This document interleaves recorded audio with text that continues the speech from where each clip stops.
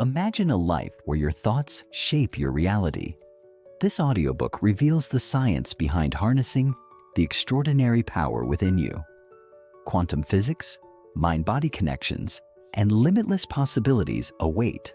Step into your supernatural potential today. Introduction. What if everything you've ever been told about your limitations is a lie? What if you're actually capable of things far beyond your wildest dreams?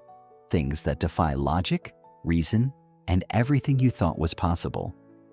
Picture this: waking up tomorrow with a life filled with limitless possibilities, where your health, wealth, relationships, and every dream you've had for yourself have already started to manifest.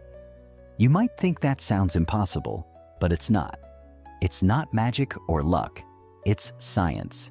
And it's available to anyone who is willing to unlock it. You're about to embark on a journey where you will discover that the supernatural is not some mystical force reserved for the chosen few. It's the natural state of every human being, just waiting to be awakened. Every single person has the potential to tap into a higher state of consciousness, harness the power of their thoughts, and reshape their reality. You have the power within you right now, whether you believe it or not.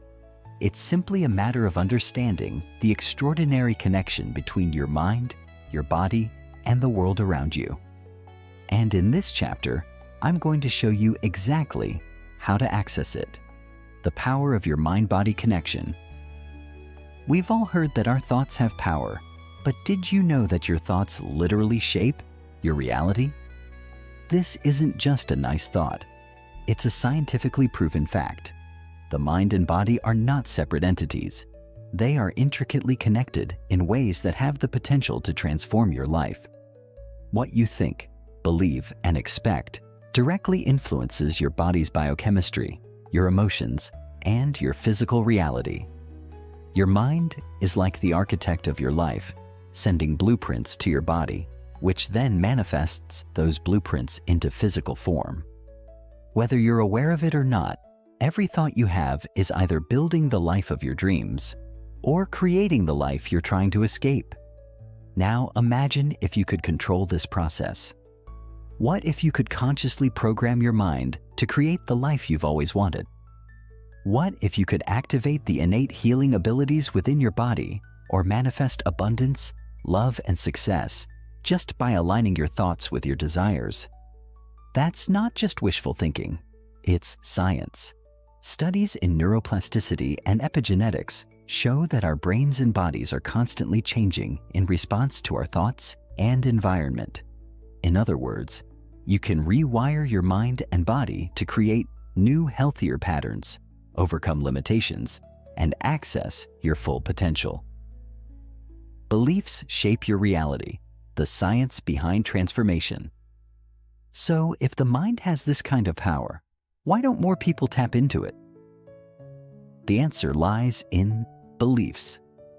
Our beliefs, what we've been conditioned to accept as truth, are the filters through which we perceive reality. And most of the time, these beliefs are limiting, shaped by our past experiences, society, and family. But here's the powerful truth. Your beliefs don't have to define your future. In fact, you can change them. The key to unlocking your supernatural potential lies in understanding that your beliefs shape every aspect of your life. They dictate the reality you experience, whether you're aware of it or not.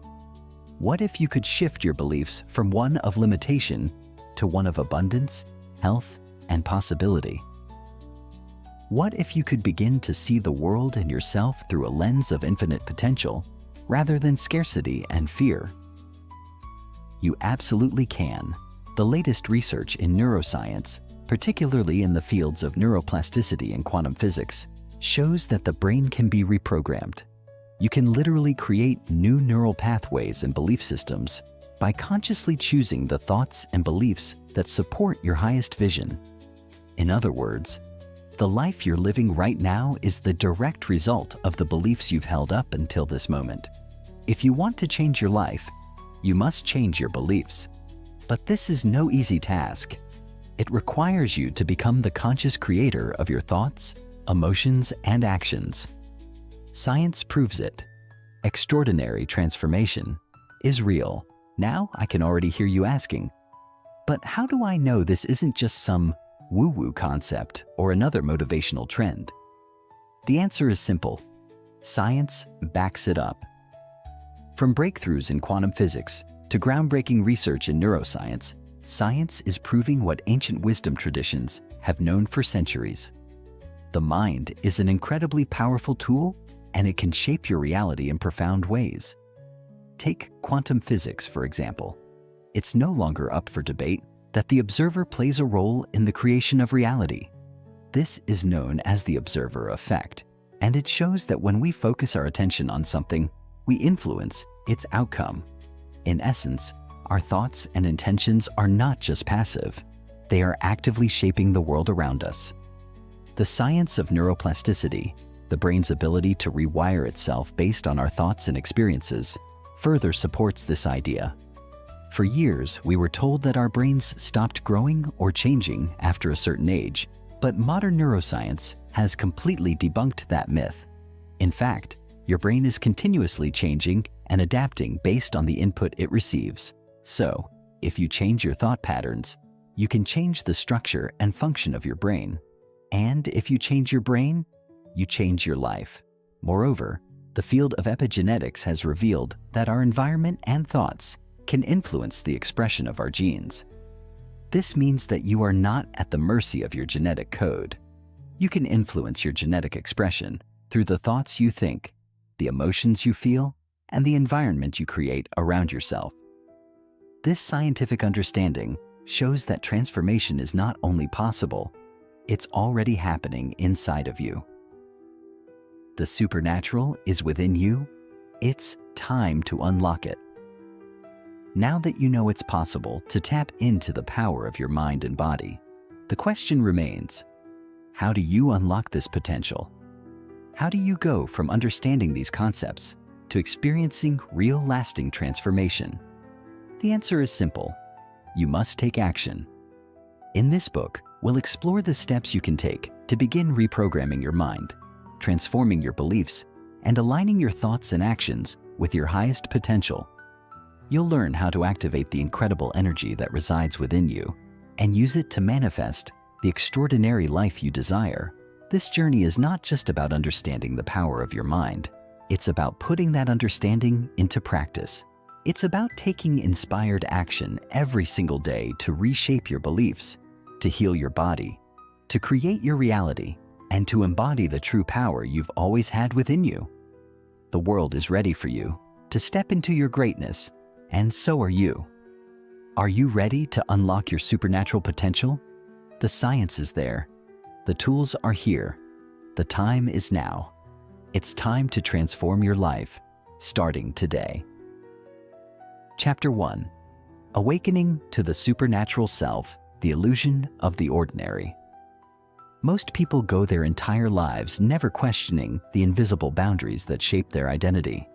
They wake up each day with a familiar set of thoughts, feel the same habitual emotions, and follow the same routines, often without ever realizing they're living in a repetitive loop.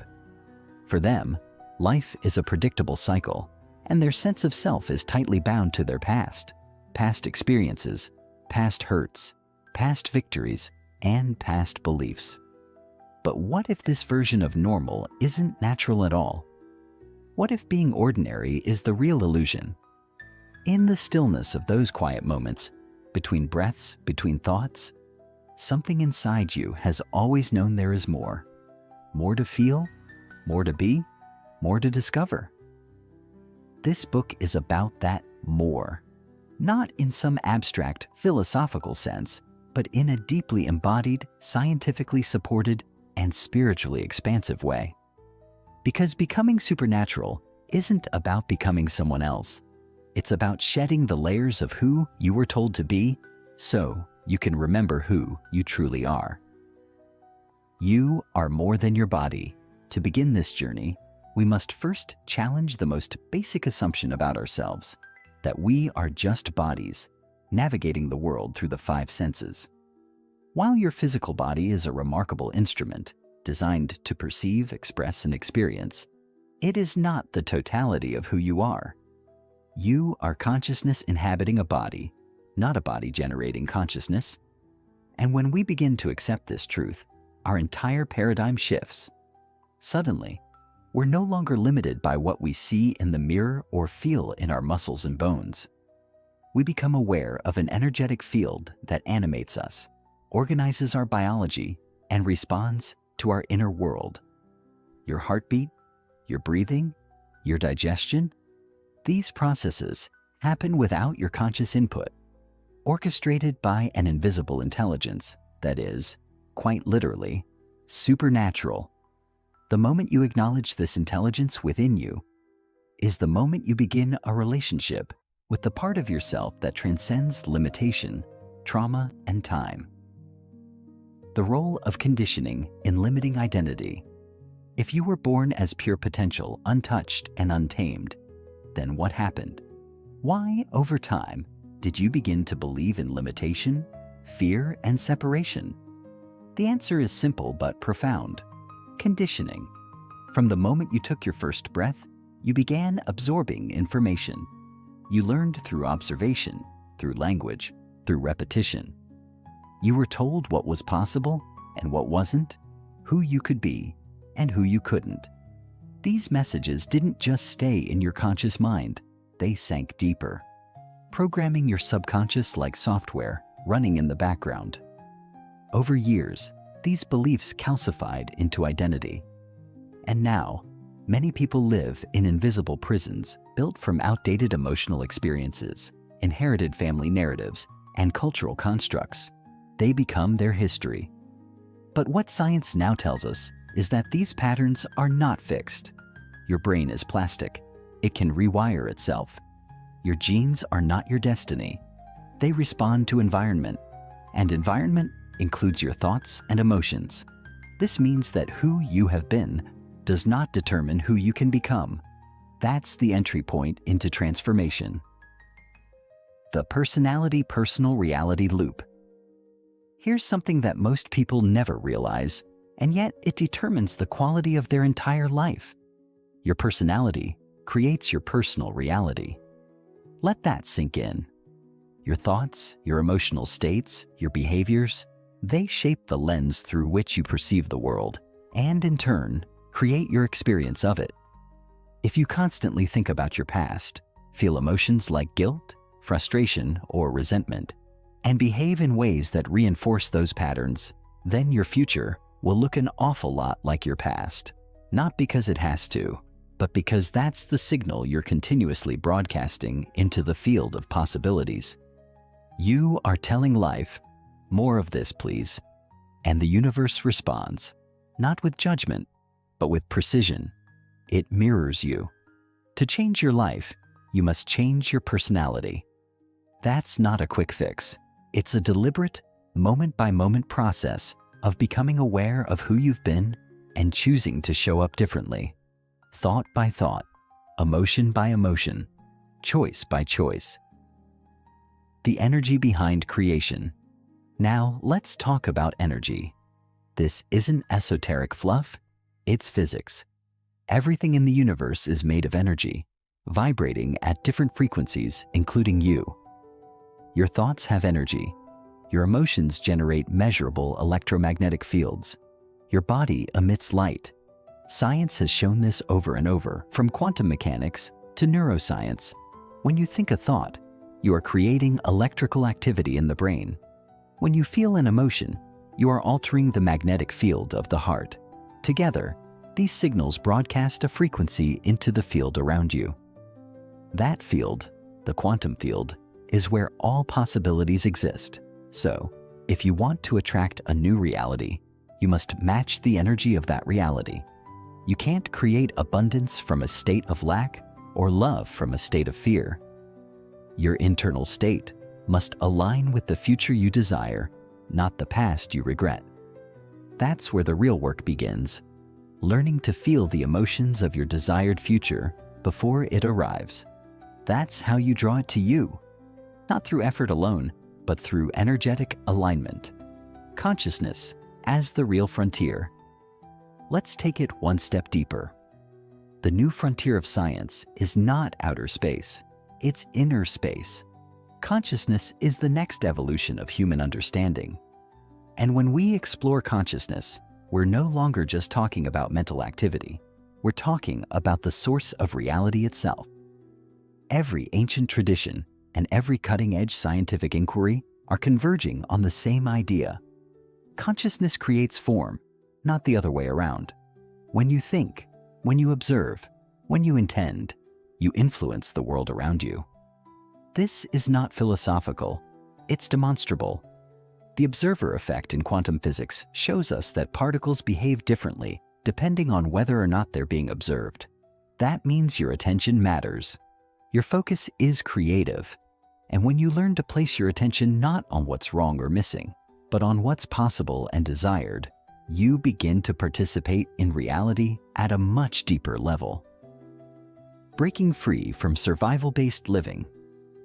Most people spend the majority of their lives in survival mode. They wake up and immediately feel stress, thinking about everything they have to do, everything that went wrong yesterday, or what might go wrong tomorrow. That stress triggers the body's fight or flight response, flooding the system with adrenaline and cortisol. The brain becomes incoherent, the heart becomes arrhythmic, the immune system weakens, and the body becomes addicted to those stress hormones. It's a vicious cycle, and over time, this state of being becomes normal. But survival was never meant to be a lifestyle. It was meant to be a response to danger. Living in survival robs you of your creativity, your healing potential, and your ability to connect to the quantum field. You cannot access elevated states of consciousness from a place of chronic stress. You must teach your body that it's safe to relax, to open, to trust. That's where meditation comes in, not as a spiritual practice per se, but as a neurological and physiological intervention. It teaches you to slow down the brain waves, access the subconscious, and shift from survival to creation. The journey from thinking to feeling to being. Transformation doesn't happen by knowledge alone. It begins with learning. Yes, with taking in new information and understanding how your biology, your mind, and the quantum field work together. But that's only the first step. Next, you must apply what you've learned. You begin practicing new thoughts. You generate elevated emotions. You start behaving as the person you want to become. And when you repeat this over time, those thoughts become beliefs, those emotions become familiar, and those behaviors become habits. Eventually, the new state of being becomes automatic. You move from thinking to doing to being. That's when real change happens. Not when you're trying to be different, but when you are different. When you no longer have to remember to act like your future self because you've become them. And from that new state of being, you naturally attract new experiences, new relationships, and new outcomes. Life changes not because you forced it to, but because you changed the energy you're emitting into the field of infinite possibilities. The supernatural as the most natural state. Here's the irony. What we call supernatural is actually the most natural thing in the world. Elevated states of love, joy, gratitude, compassion. These are our original blueprint. We came into this world wired for connection, for wholeness, for unity. It's only through years of programming and survival living that we forget. But when we begin to tap into these states intentionally, through meditation, through breath work, through heart coherence, we don't become something new. We return to something ancient and true. We remember. And in that remembrance, the miraculous becomes accessible. Spontaneous healing, synchronicities, creative downloads, deep inner peace. These aren't fantasies. They are natural outcomes of living in alignment with your higher self and the intelligence of the universe, trusting the process of becoming. So, if you're feeling the stirrings of something awakening inside you right now, trust it. That is the part of you that remembers. That is the part that's been waiting patiently for you to look beyond the veil of your conditioning and see what's truly possible. This journey will not always be easy. It will challenge your identity. It will require discipline, vulnerability, and a willingness to confront the familiar discomfort of change. But I promise you this, the reward is beyond anything the limited self could have imagined. You will begin to feel whole, not because your life is perfect, but because you are no longer seeking completion in the external world. You will begin to live from the inside out, in harmony with yourself and the field around you. And that, in every sense of the word, is supernatural. Chapter 2. Beyond the veil of identity, the self as a story, and the need to rewrite it. Who we believe ourselves to be is not as concrete as we've been led to think. Most of us walk around carrying a story, an unconscious narrative that defines our limitations, our behaviors, and the way we interpret the world around us. This story is made up of fragments. A childhood memory here, a trauma there, a label we were given, a pattern we inherited. Layer by layer, it becomes our identity. Not because it's inherently true, but because it has been repeated by others, and more importantly, by ourselves. These narratives are like grooves in a record. We play them again and again until they become the soundtrack of our lives. But here's the problem. When you're stuck in the same story, you're confined to the same reality. You look at life through the same emotional lens, attract similar experiences, and reinforce the very identity that's keeping you stuck. But what if you could edit that story? Not erase it or deny it, but consciously rewrite the narrative with awareness and intention? The human brain, after all, doesn't know the difference between an experience you're actually living and one you vividly imagine. That's the door we'll begin to open in this chapter. The ability to reinvent the self, not from fantasy, but from deliberate creation. The ego and the mask of familiarity. The primary gatekeeper of this story-based self is the ego. Not the arrogant, loud caricature we often associate with the word, but the quieter, deeply ingrained operating system that constantly tries to keep you safe through familiarity. The ego isn't your enemy. It's a survival mechanism. Its job is to maintain your sense of identity, even if that identity is filled with pain, scarcity, or limitation. It doesn't care whether you're happy. It cares that you're predictable. The ego thrives on the known, on patterns it can control. So, when you begin to stretch beyond your current self, when you start visualizing a new future, feeling unfamiliar emotions, or disrupting your routine, the ego sounds the alarm. It whispers doubts, stirs up fear, and often recruits the body into rebellion. You might feel unmotivated, anxious, or even physically ill when you try to change. That's not failure. It's feedback. It means you're moving beyond the ego's comfort zone, and that is the necessary tension of transformation. To truly change, you must learn to observe the ego, thank it for its service, and then step past it, not with force, but with presence. You don't need to destroy the ego. You need to become bigger than it. The multidimensional. You. To move beyond the surface self, you have to understand that you are not a singular static identity. You are multidimensional. Just as light behaves as both a wave and a particle, your consciousness exists across multiple planes simultaneously. There's the physical you, the body. There's the psychological you, the mind and emotions. There's the energetic you, the electromagnetic field you project. And then there's the quantum you, the non-local consciousness that exists beyond time and space. Most people are only aware of the first two layers. They see themselves as bodies with brains, shaped by past experiences, reacting to the external world. But the deeper layers are where the true power lies. When you begin to access the energetic and quantum layers of your being, you start influencing reality from the inside out. You're no longer reacting to the world. You're relating to it as a co-creator. This is not a metaphor. Scientific instruments now measure the electromagnetic fields emitted by the heart and brain. Studies show that these fields interact with the environment and influence biological systems, both internally and externally. This means you are not just a receiver of life's conditions. You are a transmitter, capable of tuning into higher frequencies and broadcasting new possibilities into the field of reality. Energy centers and the architecture of emotion. Within the body exists a network of energy centers, known in various traditions as chakras, that regulate different aspects of our physical, emotional, and energetic well-being. These centers are not mystical organs floating in space.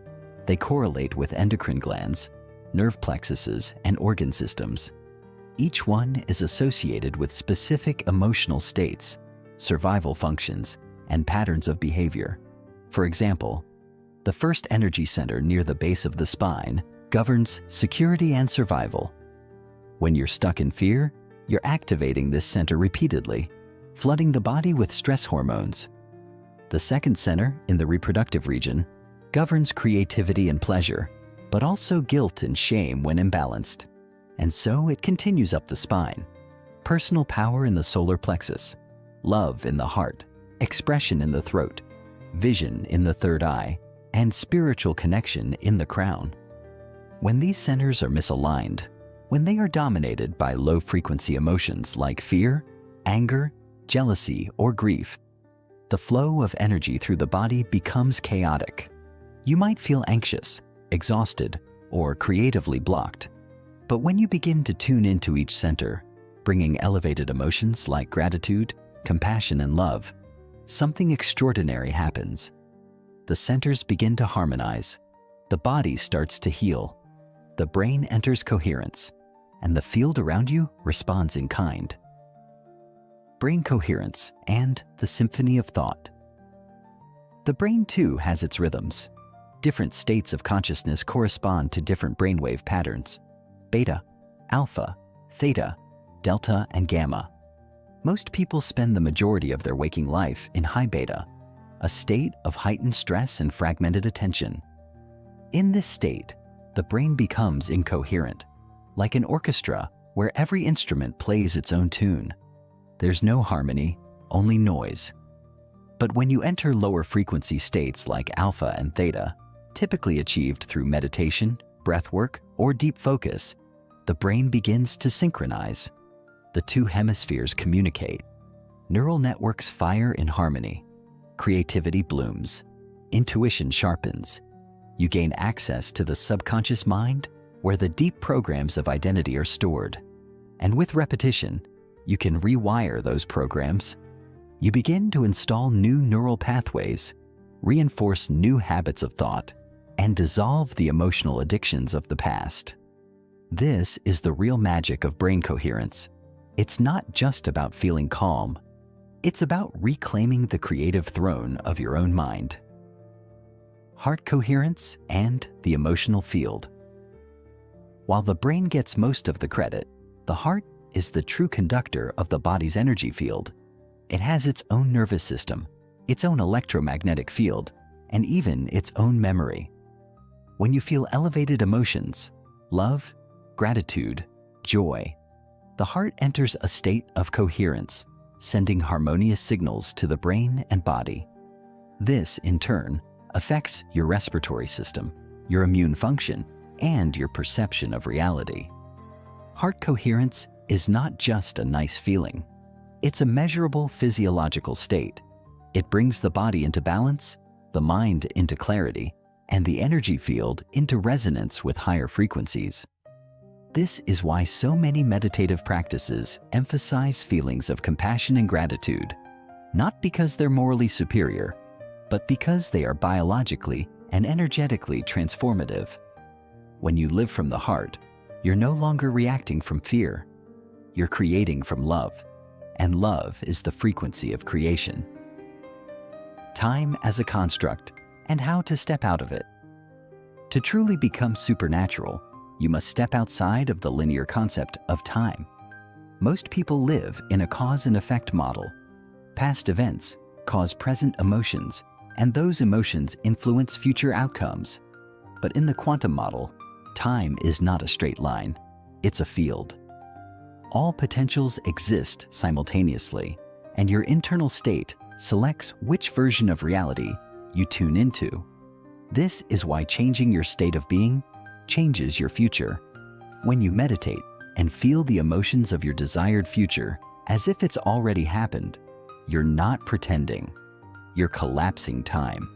You're creating a new cause in the present that produces an effect in the quantum field.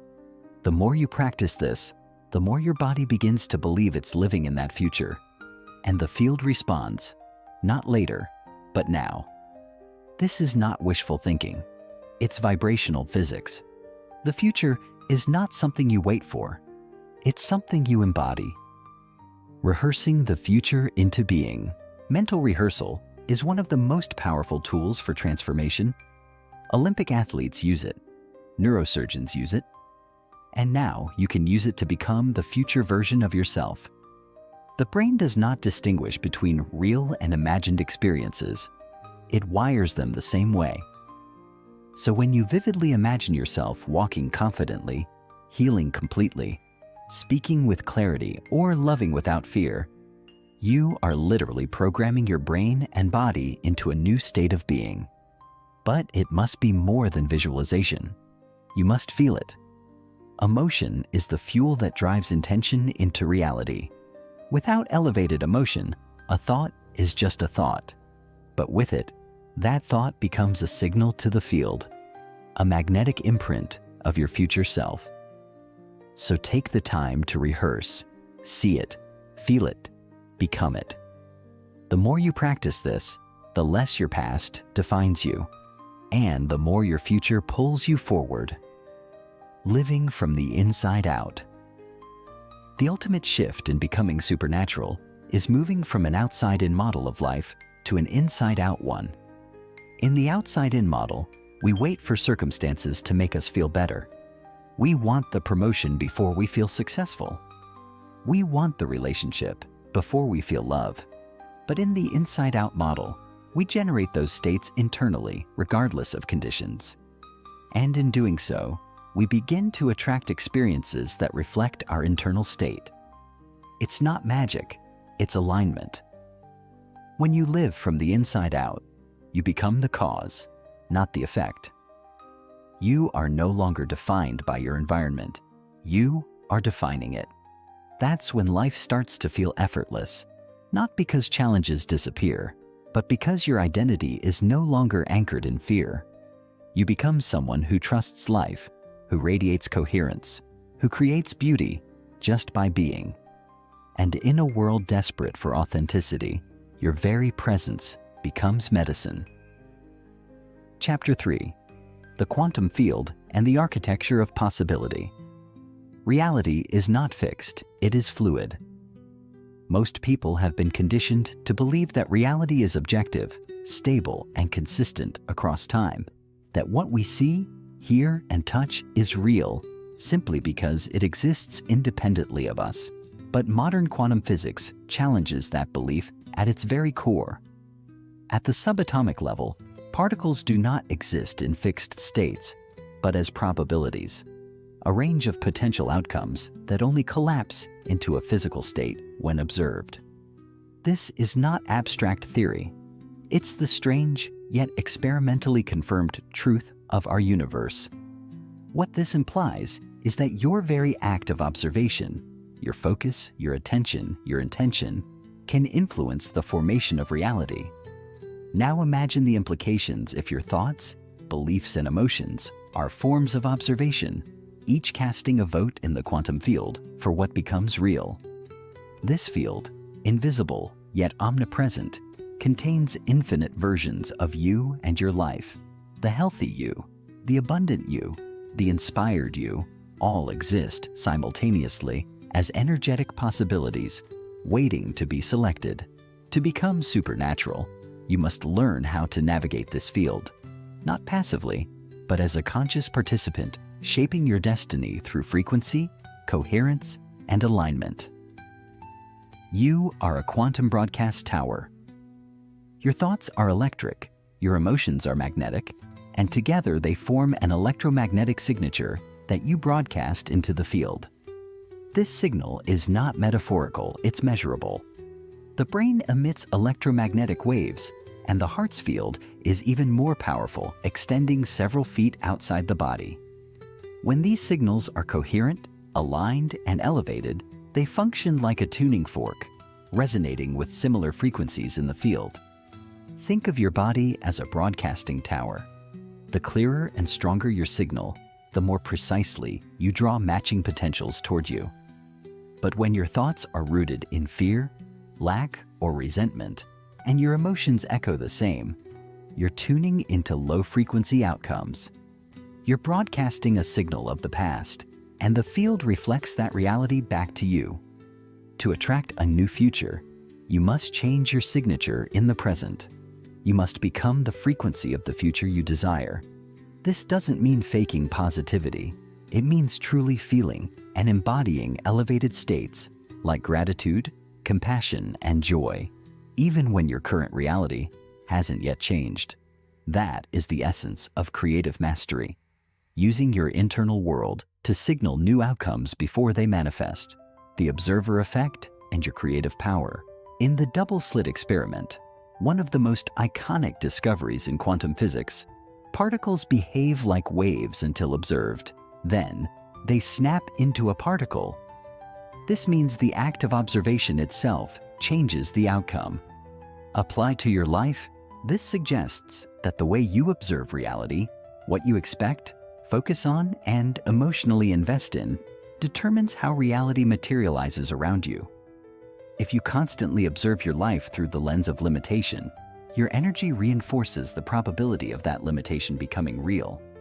But if you begin to observe life with the anticipation of change, growth, and newness, feeling the emotions of your desired outcomes before they arrive, you influence the quantum field to collapse those potentials into your physical reality. This is not about denial or escapism. It's about becoming a conscious observer. Every time you meditate, visualize, or practice elevated emotions, you're acting as the observer, influencing the quantum field. The stronger your presence, the more powerfully you collapse possibilities into form. Over time, this becomes a way of life. Less reaction, more creation. Less control, more coherence.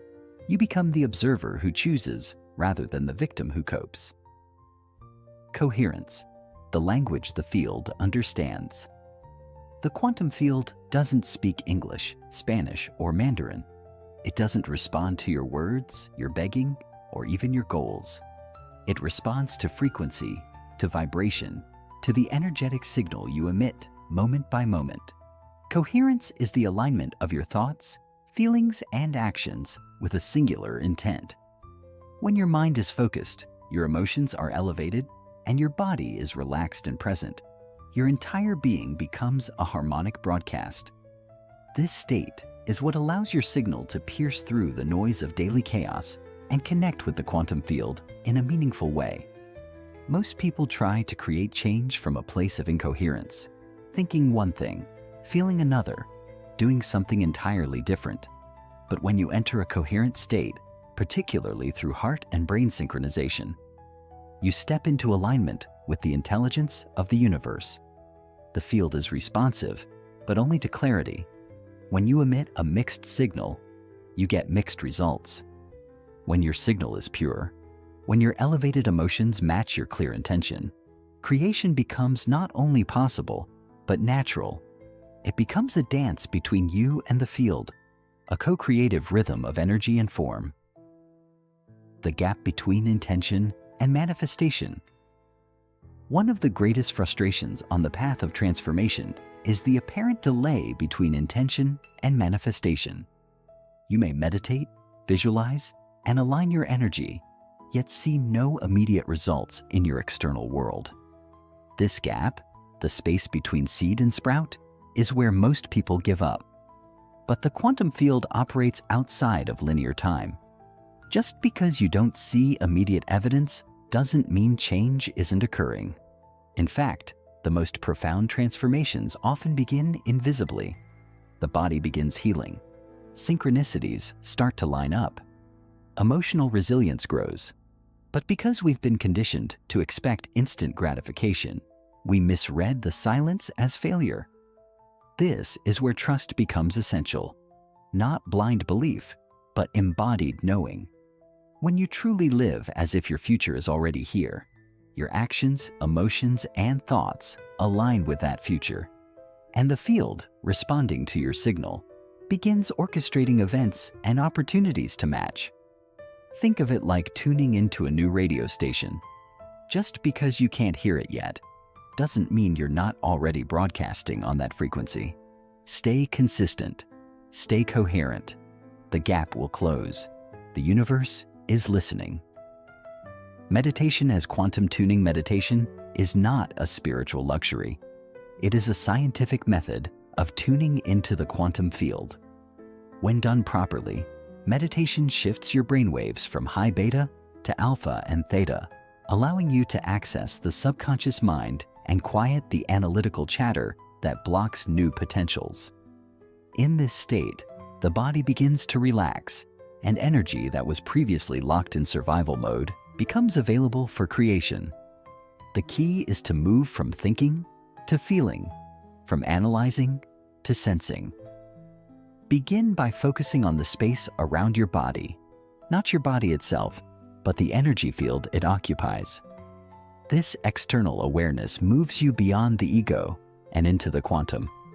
Then bring your awareness to your intention, not just the thought, but the elevated emotion that accompanies it. Feel it as if it's already real. Let the body experience the future in the present. The more vividly you can imagine and feel, the more you change your electromagnetic signature. And as your signal changes, your life begins to follow suit. Meditation, then, becomes a daily practice of becoming the future self you intend to be. One breath, one moment at a time. Emotional reconditioning, breaking the cycle of the past. Every emotion you feel is a chemical signature that conditions your body into a predictable future. When you feel anger, fear, guilt, or shame repeatedly, your body becomes addicted to those states. You wake up in the morning and reach for your past, not with your thoughts, but with your feelings. That's why change is hard. Your mind may want a new life, but your body is still addicted to the old one. To step into a new future, you must emotionally recondition your body. This means memorizing elevated emotional states, joy, inspiration, gratitude, until they become familiar. At first, your body will resist. It will crave the biochemical rush of old emotions. But if you stay consistent, you begin to break the addiction. You stop identifying with your pain and start embodying your power. Emotional reconditioning isn't about bypassing difficult feelings. It's about replacing them with intentional ones. It's training your body to feel the future before it arrives, so that when it does, it feels like home. The quantum mirror. Life reflects who you are in the quantum field. Life doesn't give you what you want. It gives you who you are. If you approach life from lack, you attract more reasons to feel lack. If you embody wholeness, life reflects abundance. This is the mirror principle of the quantum field. It doesn't judge or withhold. It simply reflects your dominant signal. That's why personal transformation must happen at the level of being, not just doing. You can set goals, repeat affirmations, and work hard. But if your inner state is one of unworthiness or fear, your results will mirror that. True change begins when you shift your identity, not by fixing yourself, but by remembering who you really are. A powerful, creative, connected being capable of influencing matter with mind. When you live from this truth, not just intellectually, but energetically, your life transforms, not gradually, but exponentially. The quantum mirror reflects your new identity with precision, drawing people, situations, and opportunities that resonate with your frequency. You are the place where the field becomes form. Ultimately, the greatest realization is this: you are not separate from the field. You are the field, localized in human form. Your body is not a barrier to consciousness. It is the interface through which consciousness creates. Every thought you think, every feeling you generate, every action you take sends ripples into the infinite web of possibility. You are the place where energy becomes matter, where thought becomes experience, where the invisible becomes visible. When you live from this awareness, you no longer seek power, you embody it. You no longer beg for change, you generate it. You become a living bridge between the known and the unknown, the finite and the infinite. And in doing so, you don't just become supernatural, you return to what you truly are. Chapter 4. The Body as the Mind, Rewiring the Emotional Blueprint, the Subconscious Operating System. Imagine waking up in the morning and automatically replaying 95% of yesterday. You check your phone, feel the same anxieties, remember your to-do list, and start moving through routines so deeply ingrained they've become unconscious. This isn't just habit, it's your body running the show. Neuroscience now confirms what mystics have taught for centuries. The conscious mind is not the primary driver of our lives. Instead, it's the subconscious, the vast, silent operating system that runs below the surface, shaping our behaviors, responses, and even our biology. The subconscious is the body's domain. It memorizes experiences through emotions and uses them to automate responses. When you've lived through repeated emotional patterns, anger, fear, stress, those chemicals train the body to expect and demand the same feelings. Over time, your body becomes the unconscious mind. You think you're in charge, but your body is reacting to yesterday, generating the same hormonal cocktail and dragging your conscious self into a feedback loop you didn't realize you programmed. This is why change feels so hard. You may want a new life consciously, but your body is addicted to the past emotionally. To truly transform, we must reprogram this operating system at its root, through thoughts that lead to new feelings and feelings that condition new behaviors. Emotions are the record of the past. Our emotions, powerful and deeply felt, do more than color our daily experiences. They crystallize our memories. Every emotionally charged event leaves an imprint on our neurobiology. A moment of heartbreak, fear, or humiliation becomes etched into the brain as a reference point, and the stronger the emotion, the more deeply it's stored. Over time, these emotions become a kind of internal architecture, shaping how we interpret new experiences and respond to challenges. The problem arises when we begin living by these emotions. We relive the same feelings, which then influence our decisions, behaviors, and even beliefs. In essence, our emotions become a script for how life unfolds. If you were hurt years ago and never resolved it, your body might still be bracing for betrayal. If you experienced loss, your nervous system may still be signaling lack. This emotional residue keeps you anchored to the past, recreating familiar scenarios, not because you want them, but because your body expects them. This expectation shapes perception, and perception becomes reality. Unless we release the emotional energy of the past, we cannot create a future different from it. Emotional freedom, then, becomes not just healing, but the very foundation for transformation. The hormonal addictions of survival. When we talk about stress, we're not just speaking of a feeling, we're talking about a physiological cascade that affects every system in the body. In survival mode, the brain signals the adrenal glands to release cortisol and adrenaline. Blood is redirected from the gut and higher brain centers to the muscles, preparing for fight or flight. Heart rate increases, senses sharpen. This is a brilliant system, designed for short bursts. But when stress becomes chronic, when we live in an unending state of alertness, this system becomes destructive. The body begins to habituate to the chemical rush of survival. It starts craving the adrenaline, associating intensity with normalcy.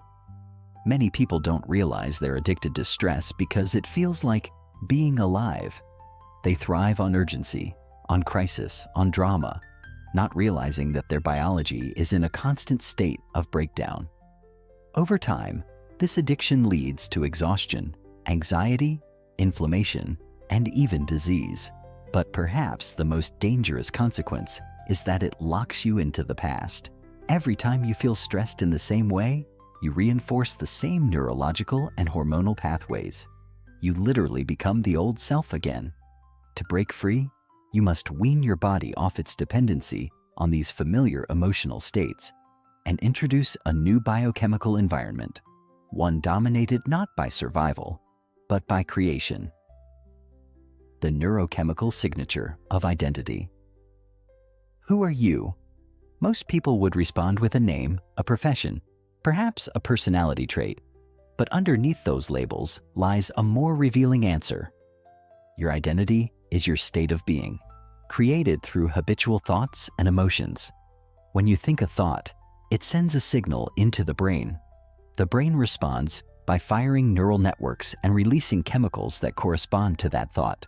Feelings emerge, and those feelings reinforce the original thought. This loop creates a neurochemical signature, a pattern that, when repeated, becomes your default state. Over time, this becomes who you are, not by fate, but by conditioning. If you constantly think and feel like a victim, your body memorizes that identity.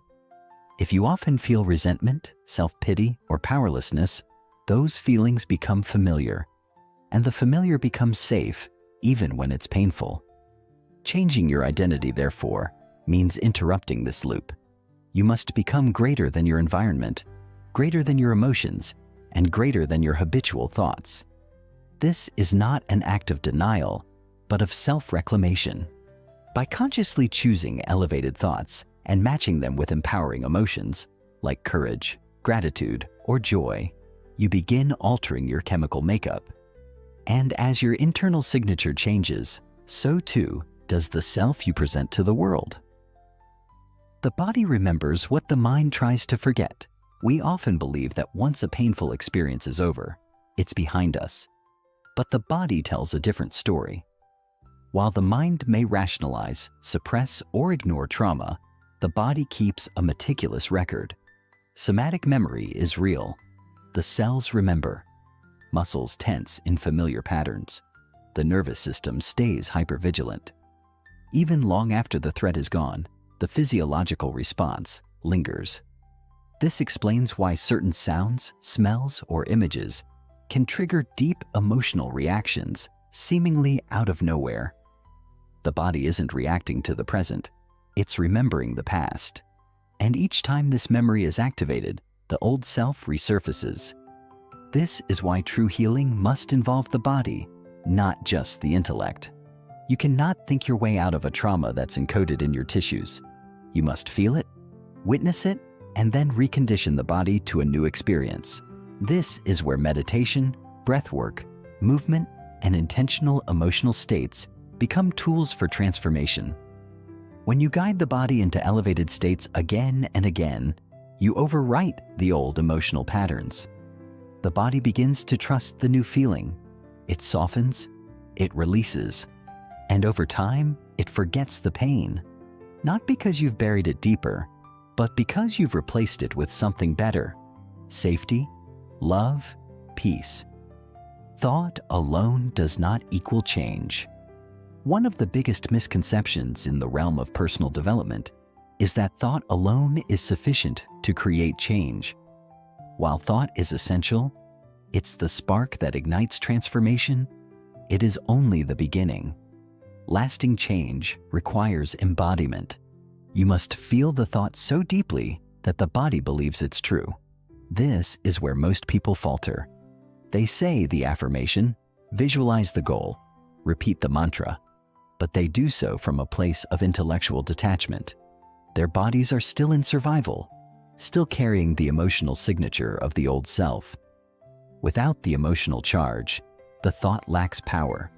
It remains an abstract idea, disconnected from action.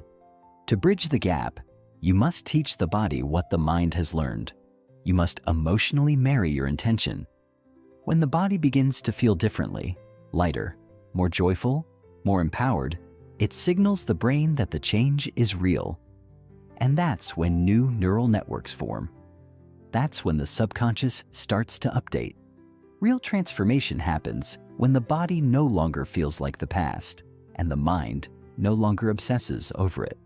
When both body and mind live in the future instead of reacting to the past, you are no longer a prisoner of memory. You are a creator of destiny. Repetition, emotion, and the path to rewiring. If you've ever learned to ride a bike, speak a language, or play an instrument, you understand that mastery comes through repetition. The same principle applies to rewiring the brain and body. Neuroplasticity, the brain's ability to reconfigure itself, doesn't happen from a single thought or fleeting inspiration. It happens through consistent, repeated engagement with new ideas, feelings, and behaviors. But repetition alone is not enough. Emotion is the catalyst. When you combine repetition with high emotional energy, joy, awe, gratitude, you accelerate change. That's why a single powerful meditation can sometimes rewire more than a month of passive repetition. Emotion opens the doorway to the subconscious. It signals to the brain and body that something important is happening. And the brain, ever responsive to significance, begins to prioritize the new pattern. This is why ritual, sacred practice, and intentional living are so effective. They combine repetition and emotion to impress new codes into the mind-body system. Over time, the old neural pathways weaken from disuse, while the new ones strengthen. The old emotional signatures fade, and new ones become dominant. You are not stuck. You are programmable. And the pen is in your hands. The mind-body loop and how to break it. The mind and body exist in a feedback loop, constantly influencing one another. Thoughts trigger emotions, and emotions validate thoughts. It's a dance, but in many people, it becomes a trap. They think of a problem, feel the stress, and then use that stress to justify more anxious thoughts. Breaking the loop requires a disruptive force, consciousness. The moment you become aware of the loop, you introduce a gap. In that gap is choice. You can interrupt the thought. You can breathe through the emotion. You can insert a new signal. This is why mindfulness and meditation are so powerful. Not because they make life easier, but because they give you a lever to shift the cycle. When you train your awareness, you begin to notice the patterns that once controlled you. You start choosing responses instead of reacting automatically. The mind becomes quieter, the body becomes calmer, and over time, the loop that once defined your suffering becomes the source of your freedom. Becoming the new emotional self. True transformation doesn't just change what you do, it changes how you feel. The goal is not to suppress emotion, but to upgrade it. Instead of reacting with fear, you respond with curiosity. Instead of defaulting to shame, you move with compassion. This shift happens when you begin to emotionally rehearse the self you want to become. Before the event, before the outcome, you feel the elevated state, love, peace, empowerment. You practice it until it becomes familiar. The brain doesn't know the difference between real and vividly imagined experiences. If you feel it deeply enough, the brain fires as if it's happening now. And the body, obedient to the chemistry of the brain, begins to align. This is how you become the new self, not by waiting for the external world to change, but by changing your internal state first. As your internal environment evolves, the external begins to mirror it. You attract different people, make new choices, and respond to life with grace. And one day, you realize you are no longer trying to be someone else. You are simply being who you truly are. Chapter 5. The Body Electric, Awakening the Energy Centers. Ancient wisdom meets modern science for millennia. Cultures across the world have spoken of energy flowing through the human body. The Chinese call it qi. The yogic traditions speak of prana. The ancient Egyptians depicted it in their symbols, and indigenous shamans have long danced and drummed their way into altered states to align with it. These energy systems were often dismissed by modern Western science as myth or metaphor, until neuroscience and quantum biology began to catch up. Today, we are witnessing a convergence of ancient wisdom and contemporary discovery, a recognition that the body is not merely a collection of organs and tissues, but a finely tuned electrical instrument. Every cell emits electromagnetic fields. Every thought and emotion alters the charge of this biological circuitry. And at the core of this system lie the energy centers, what ancient traditions have long called chakras. Far from being esoteric, these centers are now understood as the nexus points where the endocrine glands, nervous system clusters, and subtle energy fields intersect. When in balance, they enable us to feel grounded, empowered, creative, loving, expressive, insightful, and connected. When blocked, we remain fragmented, spiritually numb, emotionally reactive, and physically unwell. To become supernatural, we must first learn to tune our inner instrument, awakening these dormant centers to become conscious creators of our reality.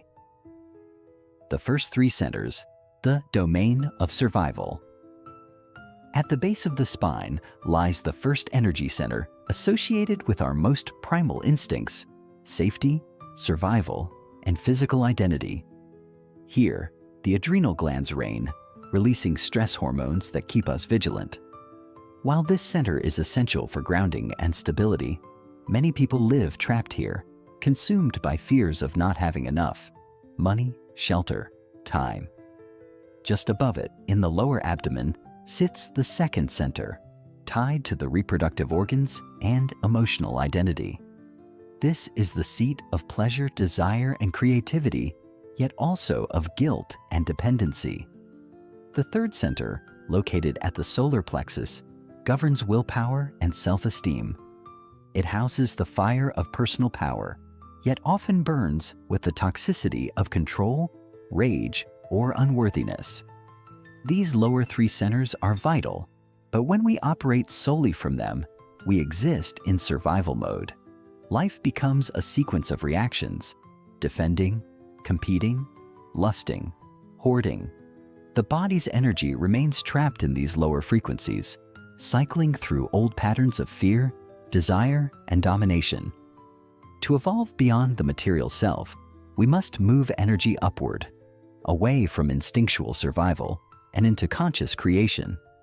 This does not mean ignoring the lower centers, but mastering and integrating them so that their wisdom fuels, rather than dominates, our journey. The heart center, the bridge to elevated states. In the center of the chest lies a transformational gateway, the heart center or fourth chakra. Physiologically, it is linked to the thymus gland, the lungs, and the circulatory system. Energetically, it is the bridge between the material and the mystical. While the lower centers govern doing and surviving, the heart invites us to feel, to connect, and to transcend. It holds the frequencies of compassion, forgiveness, and unconditional love, not the sentimental kind romanticized in films, but a deeper soul-anchored love that heals and harmonizes.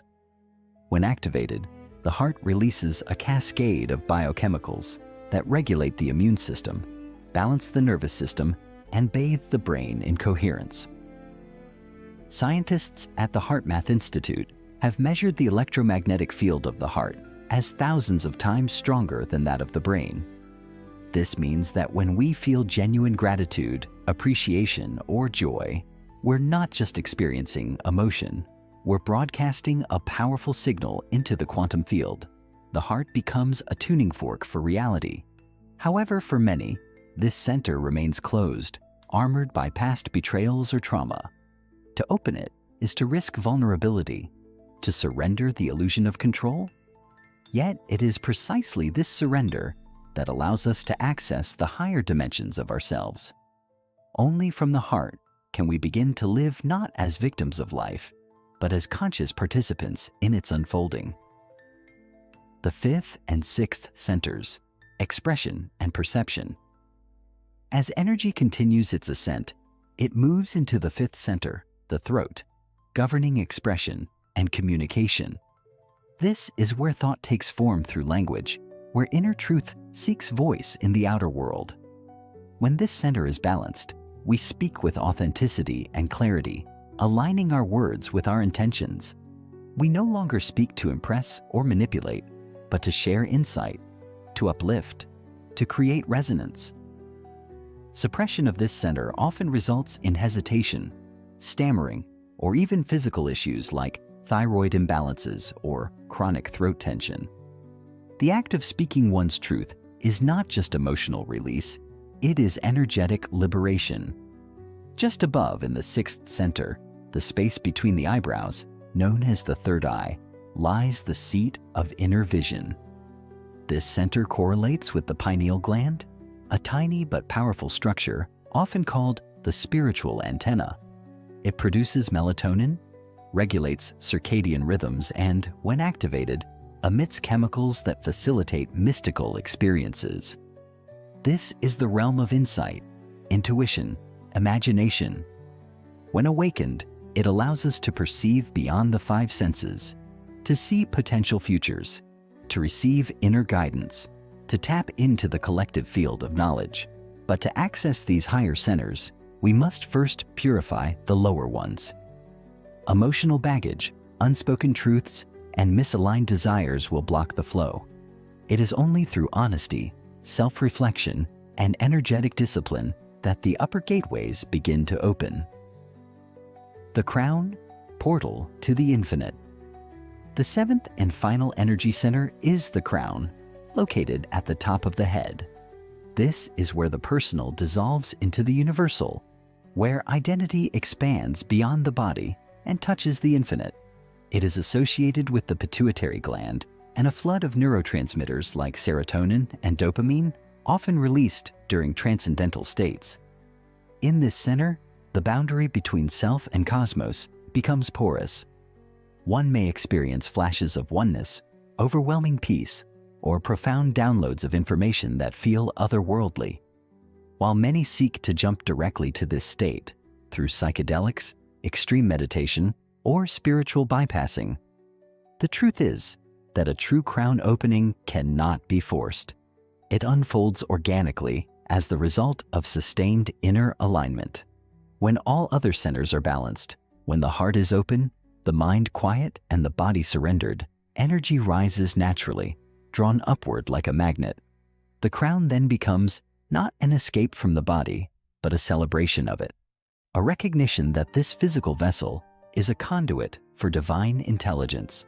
To awaken the crown is to live as a bridge between heaven and earth, grounded yet expansive, humble yet empowered. Energy as the language of the soul. One of the most revolutionary ideas in quantum biology is that energy, not matter, is the foundational language of the universe. Our thoughts, feelings, and intentions all carry electromagnetic frequencies. Every organ, every energy center vibrates at a specific rate. Disease, disconnection, and dysfunction arise when these frequencies become incoherent. Healing, therefore, is not just about fixing what's broken. It's about restoring harmony. Practices like breathwork, meditation, sound healing, and energy medicine work not by adding something new, but by clearing blockages and allowing life force to flow freely again. When energy moves, consciousness expands. We begin to feel more connected to ourselves, to others, and to something greater. This shift in perception is not intellectual. It is visceral. We feel lighter, more inspired, more alive. This is the soul speaking through the body, reminding us that we are not just flesh and bone, but luminous beings of frequency and potential. Cultivating coherence. Between mind and body coherence is a state in which all systems of the body, neurological, hormonal, and energetic, are aligned and synchronized. It's a kind of internal symphony where each instrument plays in tune with the others. This state is measurable and deeply restorative.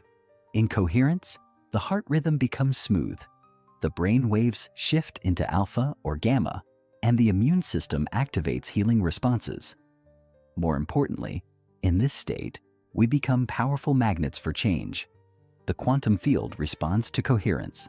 It interprets our emotional signals and begins to rearrange external circumstances to match our internal state. But coherence is not a one-time event. It's a practice. It requires emotional regulation, mental discipline, and energetic hygiene. Simple rituals like meditating on elevated emotions, breathing in rhythmic patterns, or focusing attention on the heart center can shift us from chaos to coherence. And over time, as this becomes our baseline, we begin living not as reactors to the world, but as co-creators of it.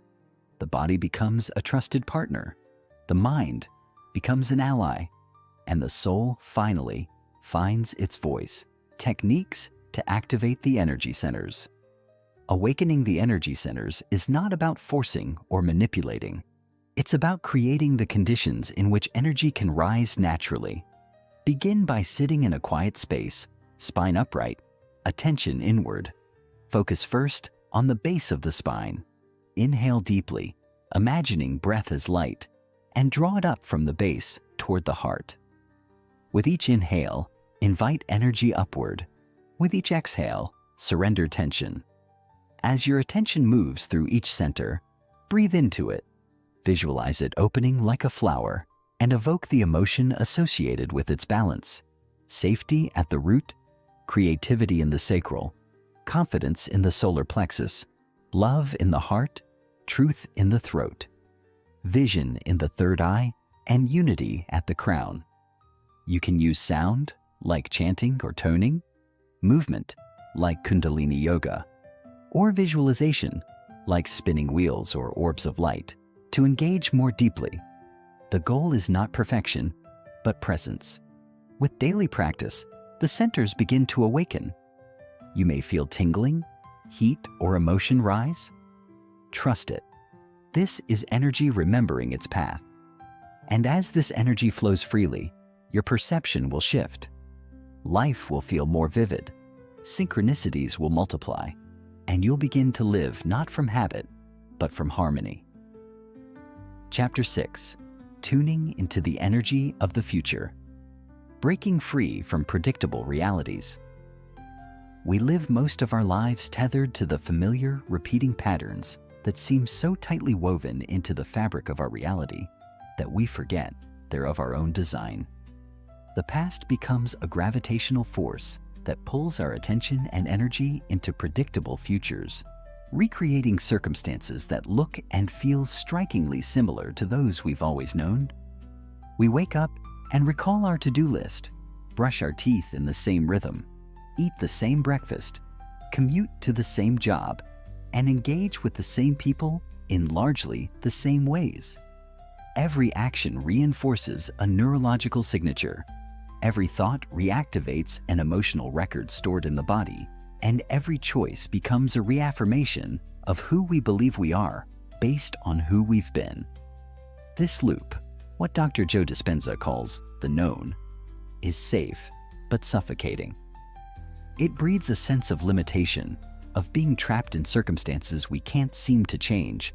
But what if the future wasn't something we stumble into by default, but something we could consciously design? What if the unknown held not chaos, but creative possibility?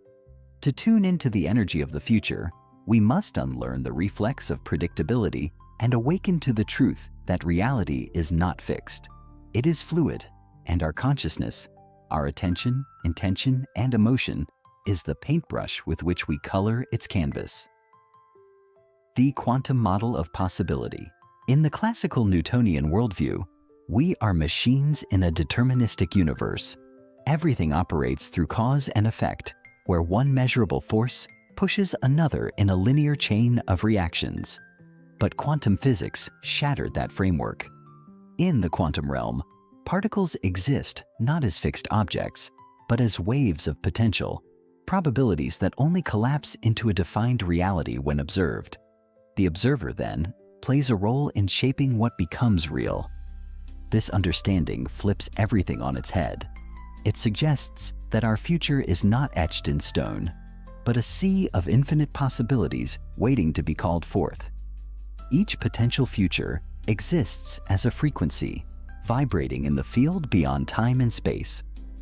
When we focus our mind, direct our intention, and feel elevated emotions as if our desired future were already real, we begin to tune into that frequency.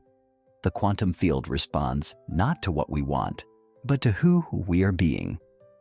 It reads our vibrational signature, which is the sum total of our thoughts and feelings in the present moment. If we think abundantly, but feel lack, we emit incoherence. But when thought and emotion align, when we not only think wealth, but feel the gratitude of already being abundant, we broadcast a powerful coherent signal into the field. This coherence becomes a magnetic pull, drawing experiences, people, and synchronicities that match our inner state. Mental rehearsal, becoming the future self. Mental rehearsal is not mere daydreaming. It is a neurological act of creation.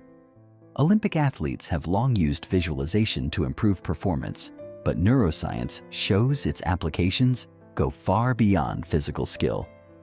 When you imagine yourself performing an action, giving a confident speech, starting a business, healing your body, the same neural circuits light up in the brain as if you were physically doing it. With repetition, those circuits strengthen as if the event had already happened. The body begins to believe the future is now. But mental rehearsal must be done with clarity and emotion. It's not enough to vaguely wish for a better life. You must paint the picture in high definition. What does your future self look like? How do you walk, speak, make decisions? What are you feeling in that reality? Pride, freedom, peace? By rehearsing the thoughts, behaviors, and feelings of your future self, you condition your body to the new mind. Over time, this state becomes more familiar than the old self driven by fear and limitation. You are no longer trying to become something, you are being it now. And because your inner reality has shifted, the outer world begins to mirror that shift in astonishing ways. Elevated emotions, fuel for creation. While thought gives direction to our intent, emotion is the fuel that propels it into the field. Yet not all emotions carry the same frequency. Survival emotions, anger, fear, jealousy, are low vibrational and tied to the past. They contract the body's energy, closing the heart and reinforcing separation. Elevated emotions, gratitude, love, inspiration, are expansive. They open the energy centers, especially the heart, and synchronize the brain and body into a state of coherence.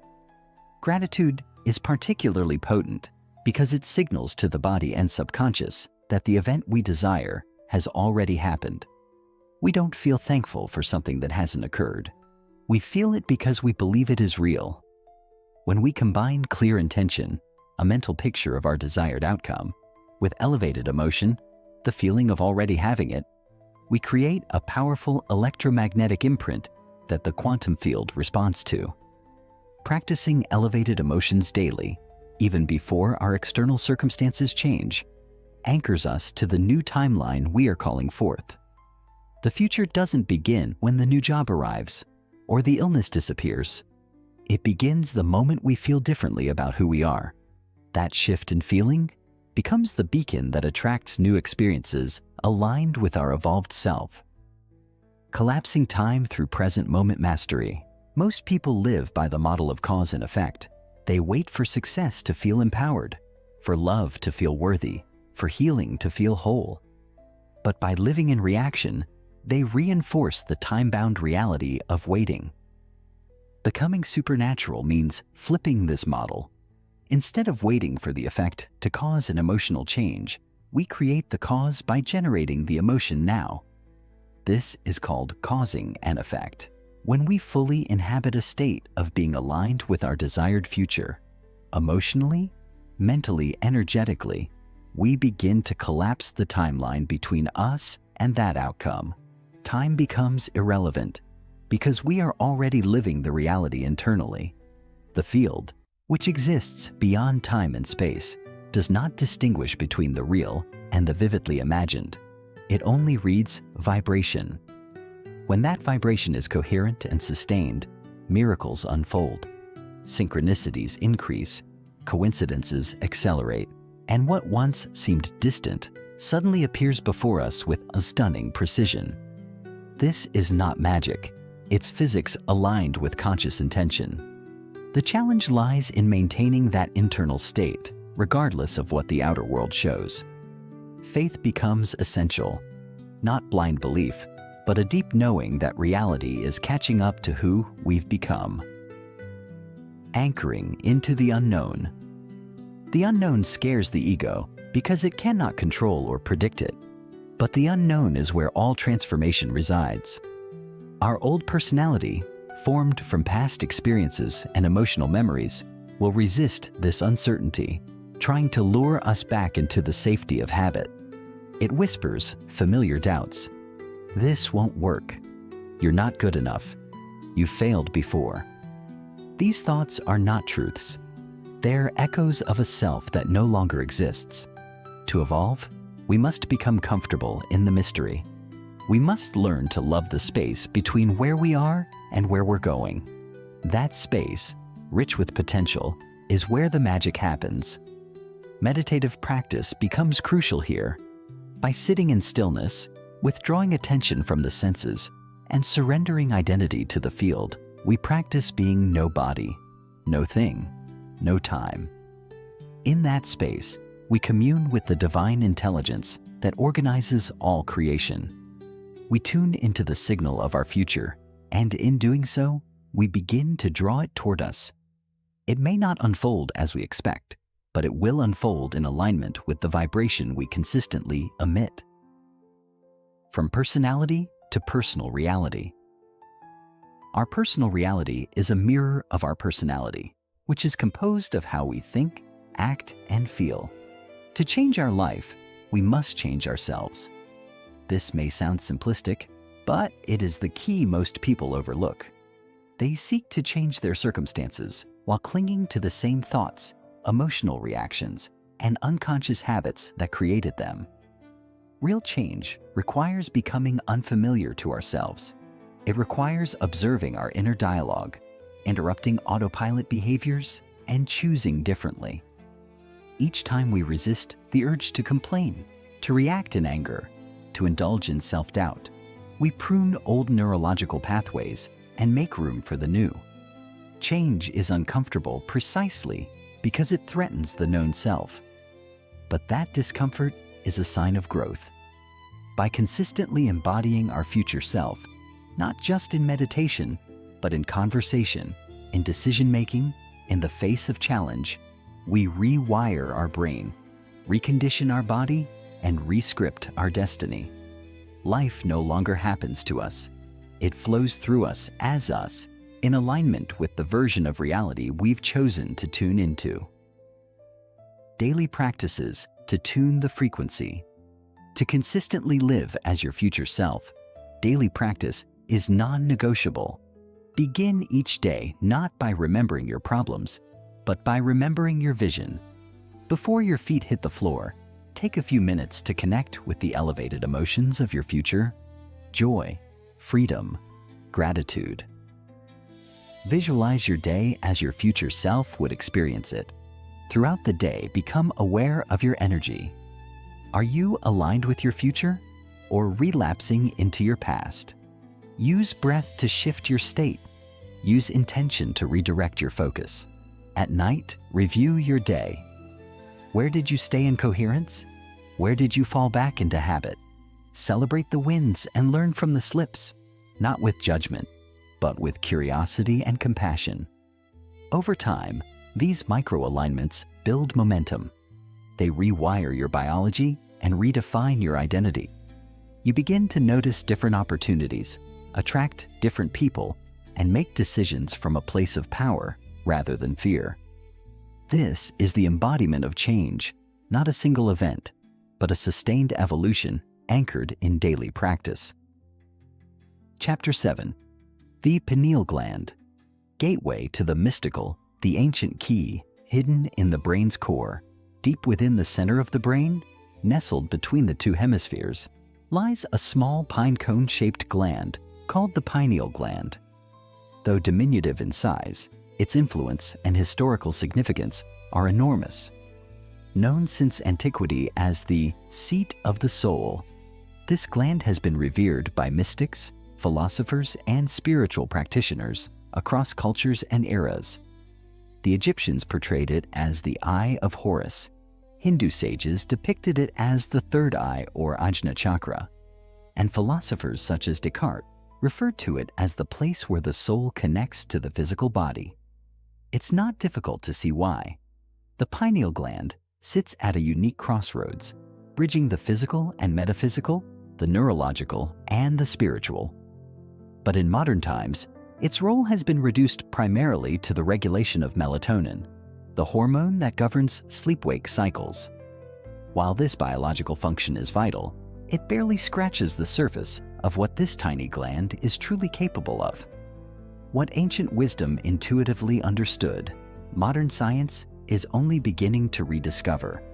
That the pineal gland is not just a regulator of circadian rhythms, but a gateway into higher consciousness. When properly activated, it can serve as an antenna that tunes into frequencies far beyond our ordinary perception. A biological transducer for higher dimensions. From a scientific standpoint, the pineal gland is a photosensitive organ rich in piezoelectric crystals, primarily calcite microcrystals, similar to those found in radio receivers. This means it has the remarkable ability to convert energy from one form into another.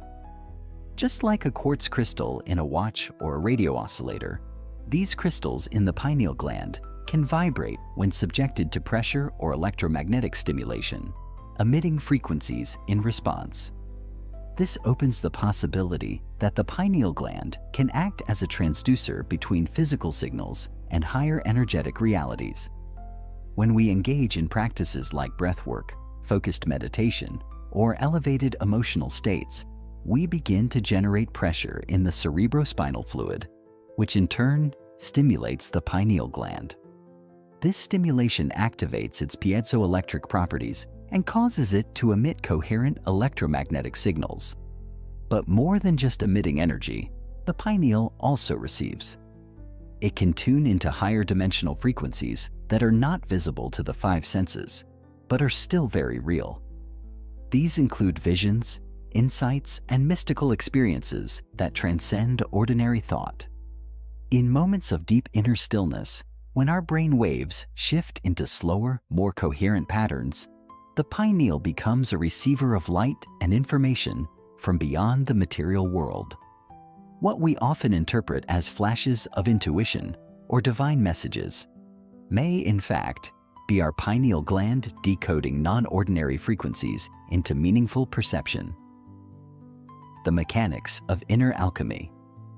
The activation of the pineal gland is not random. It follows a specific, replicable process rooted in both physiology and energy. It begins with intention, the clear decision to enter the inner world, to transcend the limits of the senses, and awaken to a deeper truth. From there, breath becomes the vehicle. By engaging in rhythmic breathing patterns, especially ones that draw cerebrospinal fluid upward along the spine, we create hydraulic pressure that massages the pineal gland from below. Simultaneously, we engage muscles like the perineum and abdomen in subtle contractions that pump this fluid with precision and force. As the fluid moves upward, it passes through the spinal canal and enters the ventricles of the brain, where it bathes and stimulates the pineal. This process also increases electromagnetic activity in the brain, creating a coherent field that facilitates altered states of awareness. With continued practice, this inner alchemy opens the door to profound experiences. spontaneous visions, feelings of cosmic unity, encounters with intelligence or divine presence, and even the perception of being outside time and space. What's fascinating is that these phenomena are not anomalies. They are a natural result of unlocking a dormant capacity within us, one that has always been there, waiting for us to remember how to use it. The pineal gland, when awakened, allows us to peer into the quantum field and experience ourselves as consciousness beyond the confines of flesh. Brainwaves and the tuning of consciousness. Understanding the relationship between brainwaves and pineal activation is essential to grasping how mystical states are accessed. The typical waking state is dominated by beta brainwaves, rapid scattered frequencies associated with stress, decision-making, and sensory overload. In this state, the neocortex is overactive, the body is in survival mode, and the pineal remains largely dormant.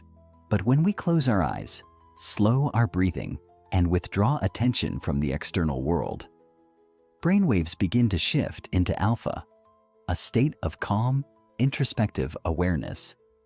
Deeper meditation leads to even slower waves. Theta, associated with dreamlike imagery and deep subconscious insight. And delta, the frequency of deep sleep and bodily regeneration. Between these states lies a window, the realm of gamma waves, that is particularly associated with mystical experiences.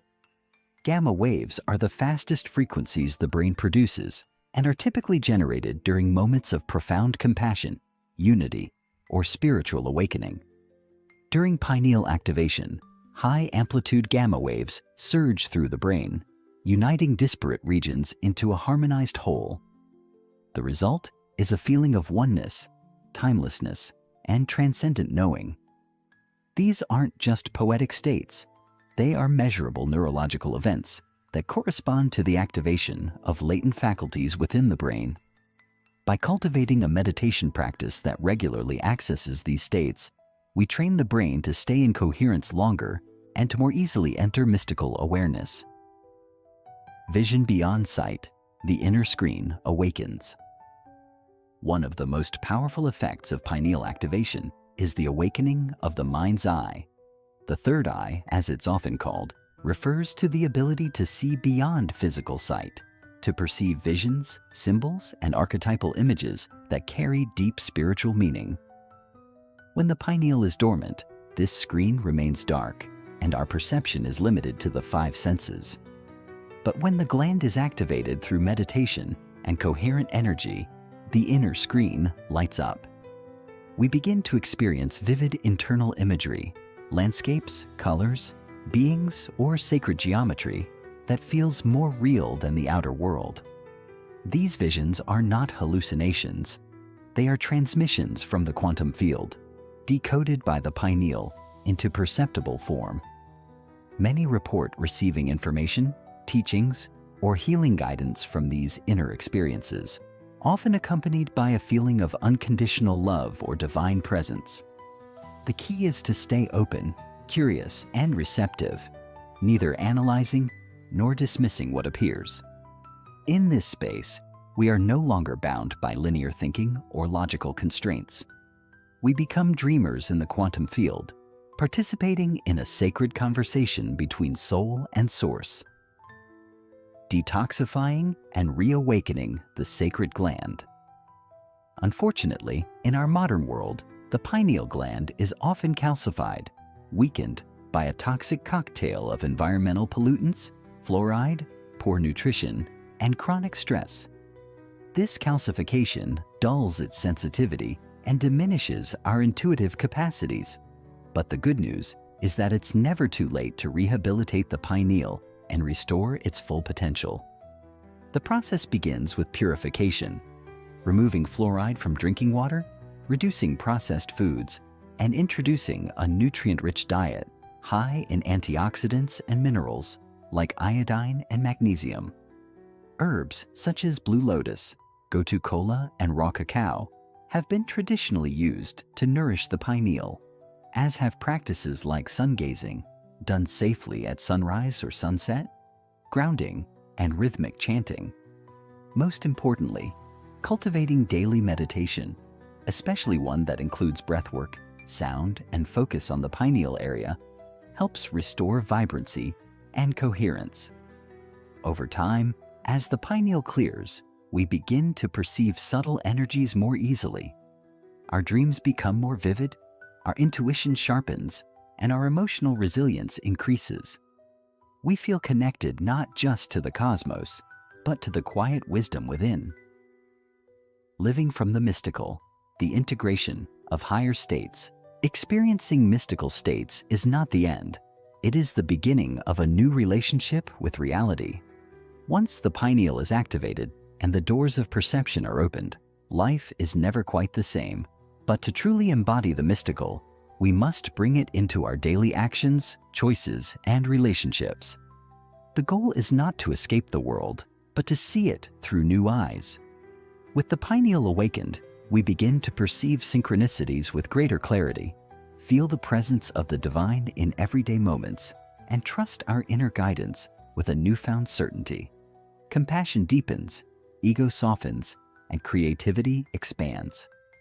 We become more aligned with our purpose, not because someone told us what it is, but because we feel it echoing from the core of our being. And in this space, fear begins to dissolve. We understand that we are part of something vast and intelligent, a field that supports our growth, our healing, and our evolution. The mystical, then, is not a weekend retreat or a one-time vision.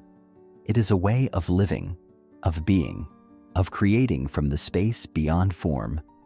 The pineal gland becomes not just a key to personal transformation, but a doorway to a collective awakening where we recognize ourselves in each other and in the infinite.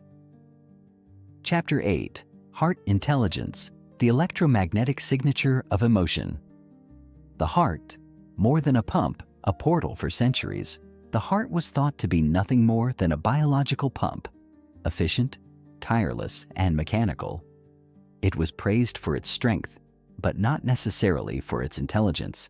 However, modern discoveries have shattered this reductionist view, revealing a far more complex and profound reality. The heart is, in fact, a sensory organ with its own form of intelligence, one that communicates with the brain and the body in powerful, dynamic ways. Research from the HeartMath Institute has shown that the heart contains an intricate network of neurons and neurotransmitters, enabling it to send signals to the brain that influence perception, decision-making, and emotional regulation. This communication is not one-directional.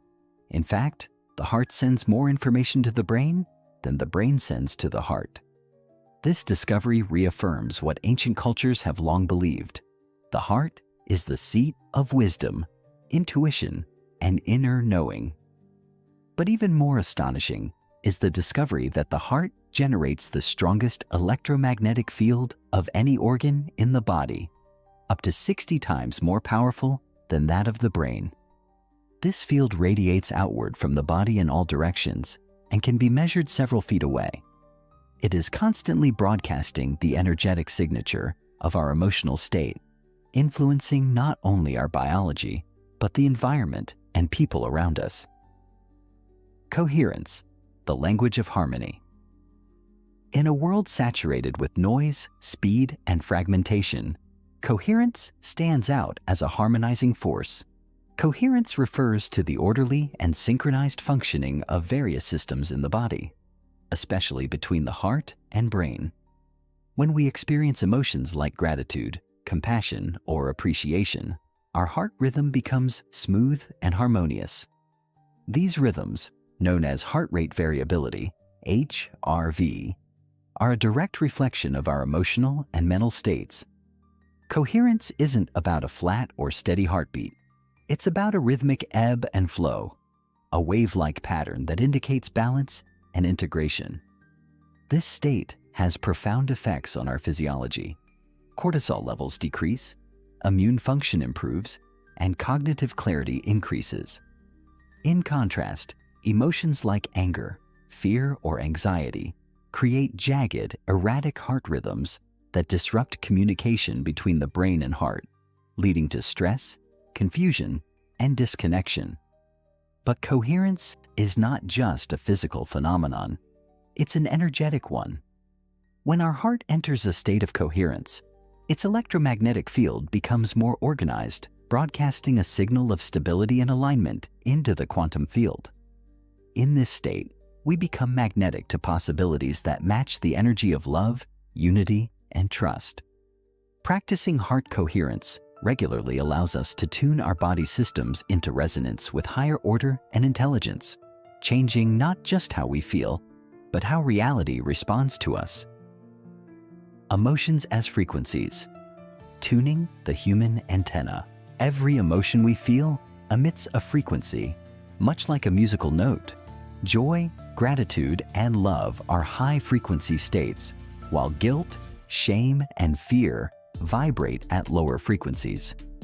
These emotional frequencies are not confined to our bodies. They radiate outward through our heart's electromagnetic field, interacting with the quantum field and influencing what we draw into our lives. When we maintain high-frequency emotions consistently, we become like tuning forks for experiences that match our energetic state. Our reality begins to shift, not through force or willpower, but through resonance. This is why emotional mastery is essential in the process of becoming supernatural. It's not enough to think positively while feeling unworthy or afraid. The quantum field responds to the signal of the heart more than the thoughts of the mind. Coherence between thought and emotion is the key to manifestation.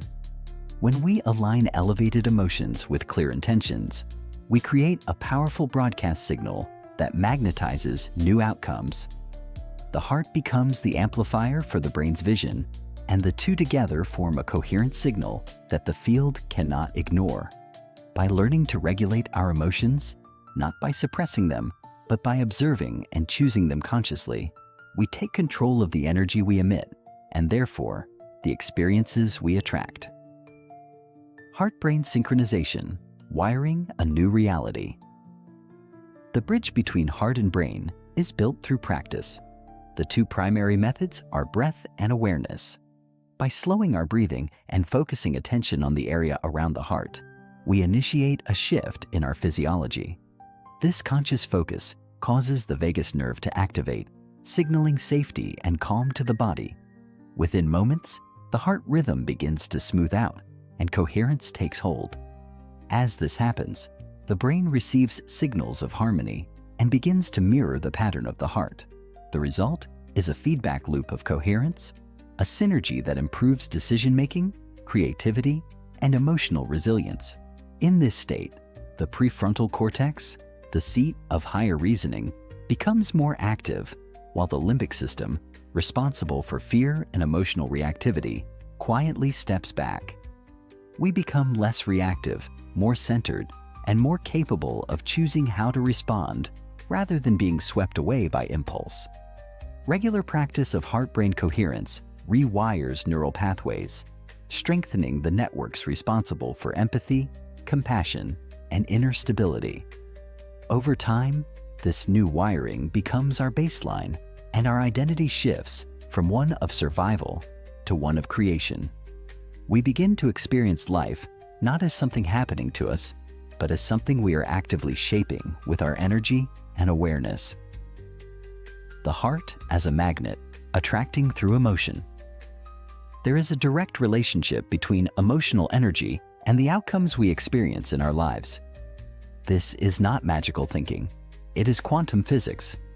The electromagnetic field generated by the heart acts as a signal that the quantum field interprets and responds to. When this signal is infused with elevated emotions and clear intention, it becomes coherent and focused, much like a laser. A scattered, incoherent signal driven by doubt or conflicting emotions produces unpredictable or delayed results. But a coherent, unified signal broadcasts a strong message to the field. This is who I am, and this is what I'm creating. As we consistently generate this signal, the field begins to organize experiences, people, and synchronicities that match it. Life begins to unfold in seemingly miraculous ways, not because we've manipulated it, but because we've aligned with it. This is the heart of manifestation, the union of elevated emotion and clear vision, radiated into the field through a coherent heart. The heart becomes the engine of creation, generating the emotional energy that fuels our future. And because this energy is measurable and magnetic, it affects not only our own reality, but the realities of those around us. We uplift environments simply by being coherent. This is the true power of living from the heart, not just personal transformation, but collective evolution. Training the heart, practices of coherence. Cultivating heart coherence is both art and science, and it begins with a few simple, powerful practices. The first step is heart-focused breathing. This involves slowing the breath to a rhythmic cycle, typically 5 seconds in, 5 seconds out, while placing attention on the heart. As we do this, we anchor our awareness in the present moment and create the physiological conditions for coherence. The next step is generating an elevated emotion: gratitude, compassion, love, or appreciation. These emotions are not random. They are the natural language of the heart. As we feel these emotions deeply and sincerely, the heart's rhythm becomes more coherent, and its electromagnetic field expands. Over time, we can layer these emotions with intention, imagining a desired outcome or future reality, while maintaining the feeling of gratitude or love. This practice trains the body to experience the future in the present moment, priming it for the manifestation of that future. We become, in essence, the cause of our future, rather than the effect of our past. With consistency, these practices create a new baseline of coherence, transforming not just moments, but the entire quality of our lives. Coherence as a way of life. Heart coherence is not something to be practiced only during meditation or stressful moments. It is a state of being that we can carry into every aspect of our lives. When we wake up with intention, breathe through challenges with awareness, and respond to the world with compassion rather than reaction, we are living in coherence. This doesn't mean we never feel frustration or sadness. Rather, it means we don't become those emotions. We learn to observe them, transmute them, and return to center. Living in heart coherence also means recognizing the interconnectedness of all things. Our emotional state influences our family, our workplace, our community, and even the collective consciousness. Every coherent thought, every loving response, every moment of compassion ripples into the field and creates space for others to do the same. This is how transformation spreads, not through force, but through resonance. The more we embody coherence, the more we inspire it in others.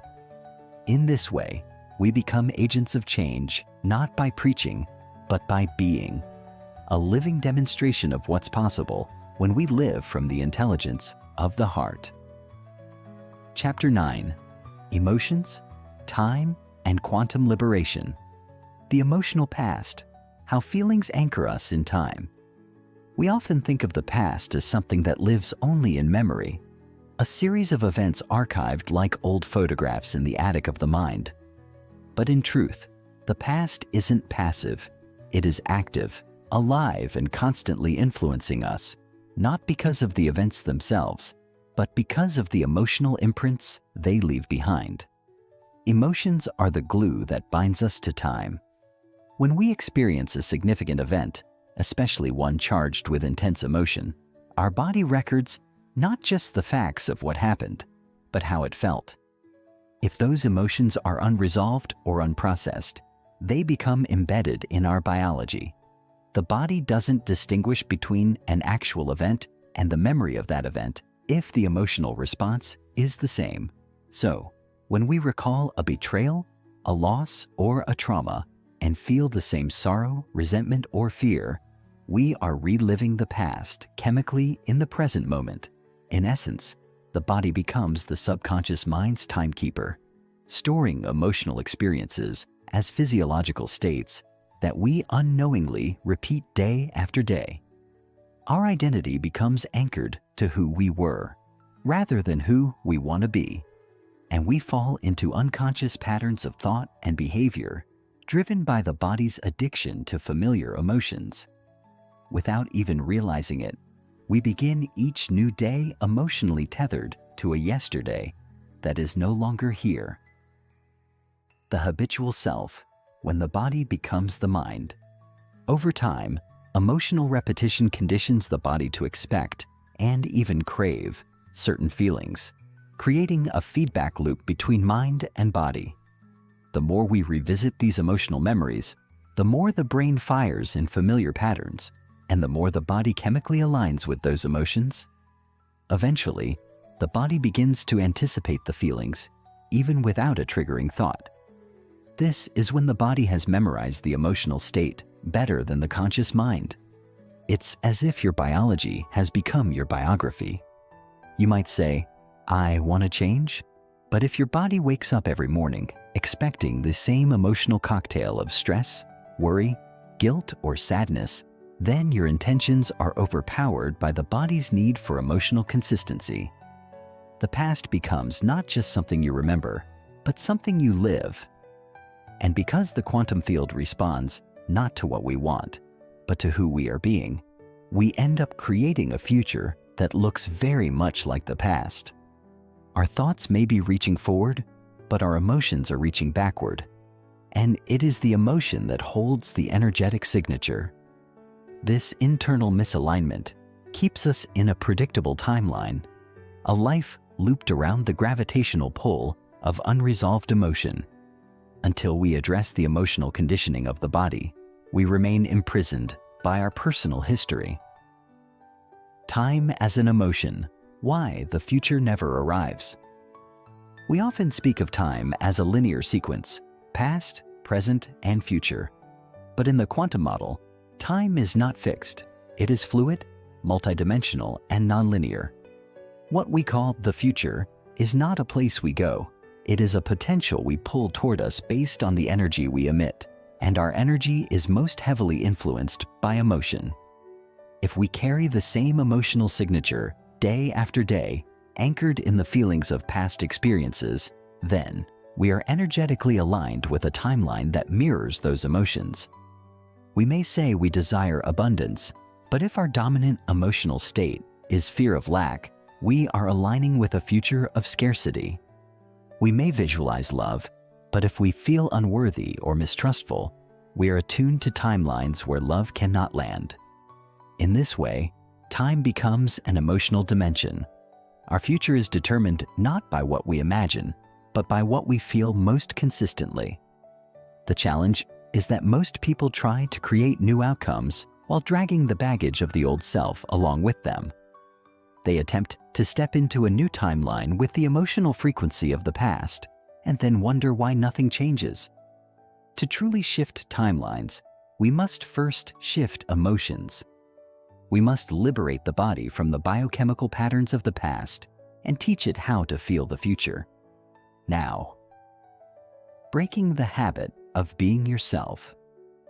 This is the heart of transformation, becoming no one, going nowhere, doing nothing, and in that space, becoming infinite. When we sit in meditation and begin the inner work of change, we are stepping out of time. We are saying, I will no longer allow the memory of who I have been to dictate who I am becoming. But this is not a mental exercise. It is an emotional one. The body, conditioned to past emotional states, will resist. It will cry out for the familiar chemical cocktails it associates with safety and identity. It will create thoughts of urgency, boredom, restlessness, and self-doubt, not because these thoughts are true, but because the body is addicted to the emotions they create. And so, the work begins. To sit in presence, to observe these urges without reacting, and to gently remind the body that it is safe in the unknown. Over time, as the mind and body return to balance, something extraordinary begins to happen. The old self loses its grip. The identity built around survival, reaction, and emotional dependency begins to dissolve. In its place arises the quantum self, undefined, unlimited, and unattached to time. This is the sacred space of creation. It is here, in this timeless state of being, that new futures become accessible. The less we identify with the past, the more available we become to possibilities that have never been before. Emotional alchemy, transmuting the past. To evolve, we must learn to alchemize our emotions, to transform dense, limiting feelings into elevated, liberating ones. This is not about denial or suppression. It is about transmutation. When we bring awareness to a recurring emotional pattern, say, a deep sadness rooted in abandonment, we create a space between stimulus and response. In that space, we can choose a new emotion, not by pretending the old one doesn't exist, but by introducing a higher frequency into the field. For example, we can begin to overlay the sadness with compassion for ourselves, appreciation for our resilience, or gratitude for the lesson embedded in the experience. As we practice this emotional replacement, the body begins to adapt. New neural pathways form. New chemicals are released. The emotional imprint of the past weakens, and a new emotional signature takes its place. Over time, the memory of the past remains, but its emotional charge is gone. It no longer anchors us to a previous timeline, and we are free to align with new futures.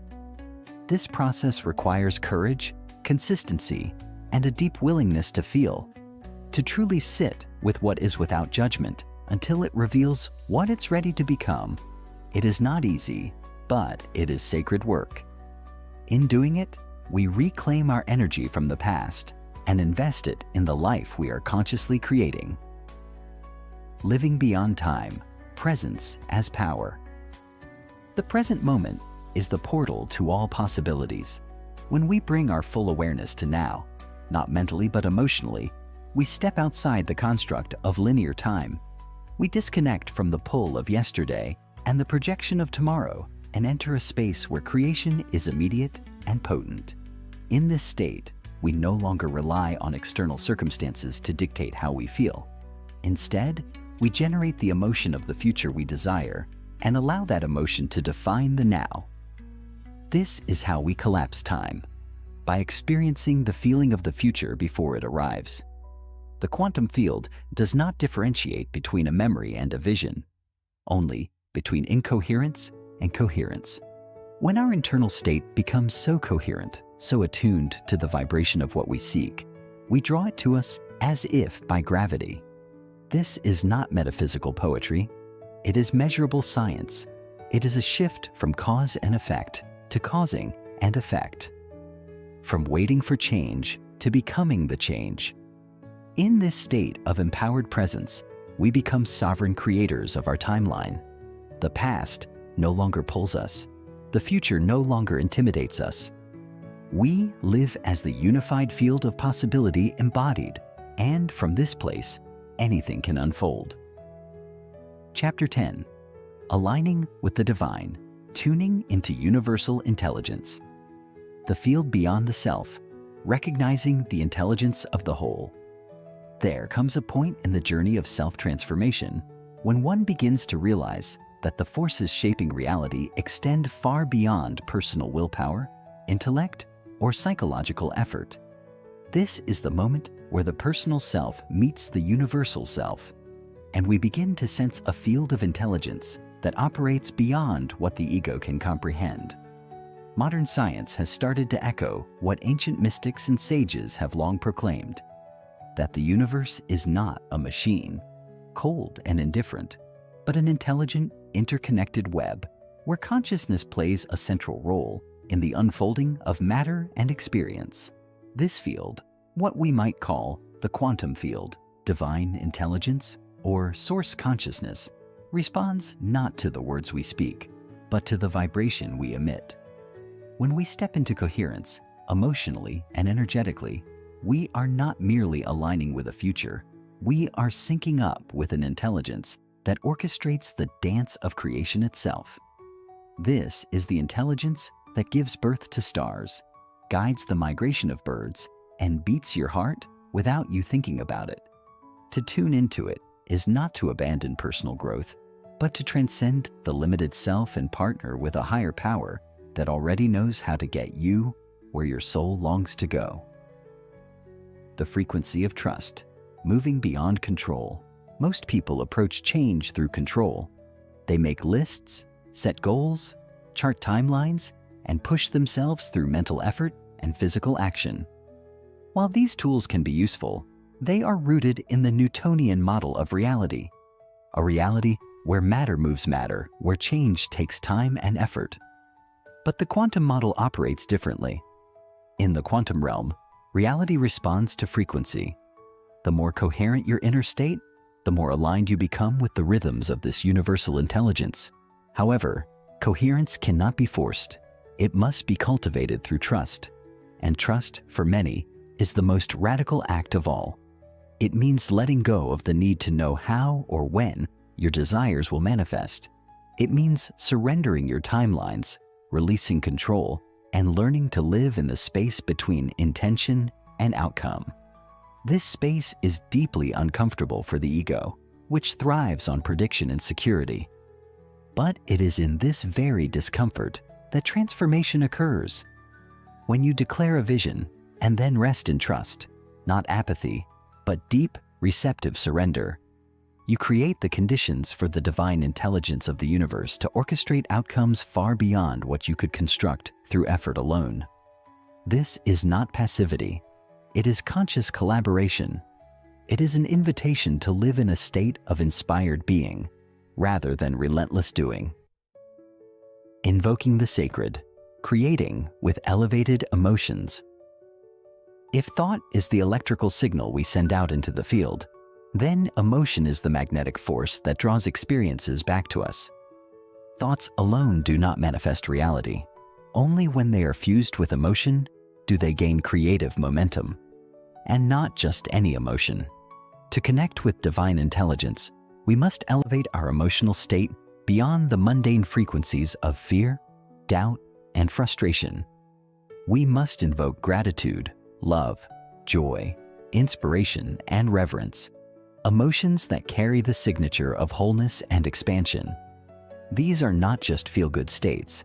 They are spiritual technologies that alter the energetic imprint we send into the field. When you sit in stillness and flood your body with the feeling of love for life, even before life gives you a reason to feel it, you are no longer reacting to the conditions of your past. You are generating a future. You are becoming a new signal. And the divine intelligence that permeates the quantum field recognizes this signal because it is born of the same frequency. The key is to make these emotional states your new baseline, not through willpower, but through daily practice. As you condition your body to feel these elevated emotions consistently, you create a new internal environment that invites new external outcomes. Over time, life begins to reflect your inner coherence with synchronicities, opportunities, and manifestations that feel orchestrated by something far greater than coincidence. Surrender and selection, the paradox of choice. One of the great paradoxes of spiritual creation is that you must both choose and surrender. At first glance, these seem contradictory. How can you have a clear intention while simultaneously letting go of the outcome? The answer lies in understanding the distinction between desire and attachment. When you declare a vision, whether it's healing your body, attracting a new relationship, or expanding your life's purpose, you are selecting a possibility from the quantum field. You are aligning with a specific timeline. This is the act of intention. But once the vision is clear and the feeling is embodied, you must release it. You must resist the urge to constantly check if it's working or to micromanage the unfolding. Attachment clings to form. Trust allows flow. Surrender is not the absence of desire. It is the absence of desperation. It is a deep knowing that once your signal is coherent and your vibration consistent, the quantum field is already responding. The divine intelligence does not operate on human deadlines or calendars. It works through resonance. And sometimes, What you think you want is only a stepping stone to something far greater that your limited perspective cannot yet perceive. When you learn to hold your vision with reverence and your outcome with openness, you begin to dance with creation rather than wrestle it into submission. This is the sweet spot where miracles happen. The daily dialogue, communing with the field, living in alignment with divine intelligence, is not a one-time decision. It is a daily practice. Just as relationships require time, attention, and communication to thrive, so does your connection with the quantum field.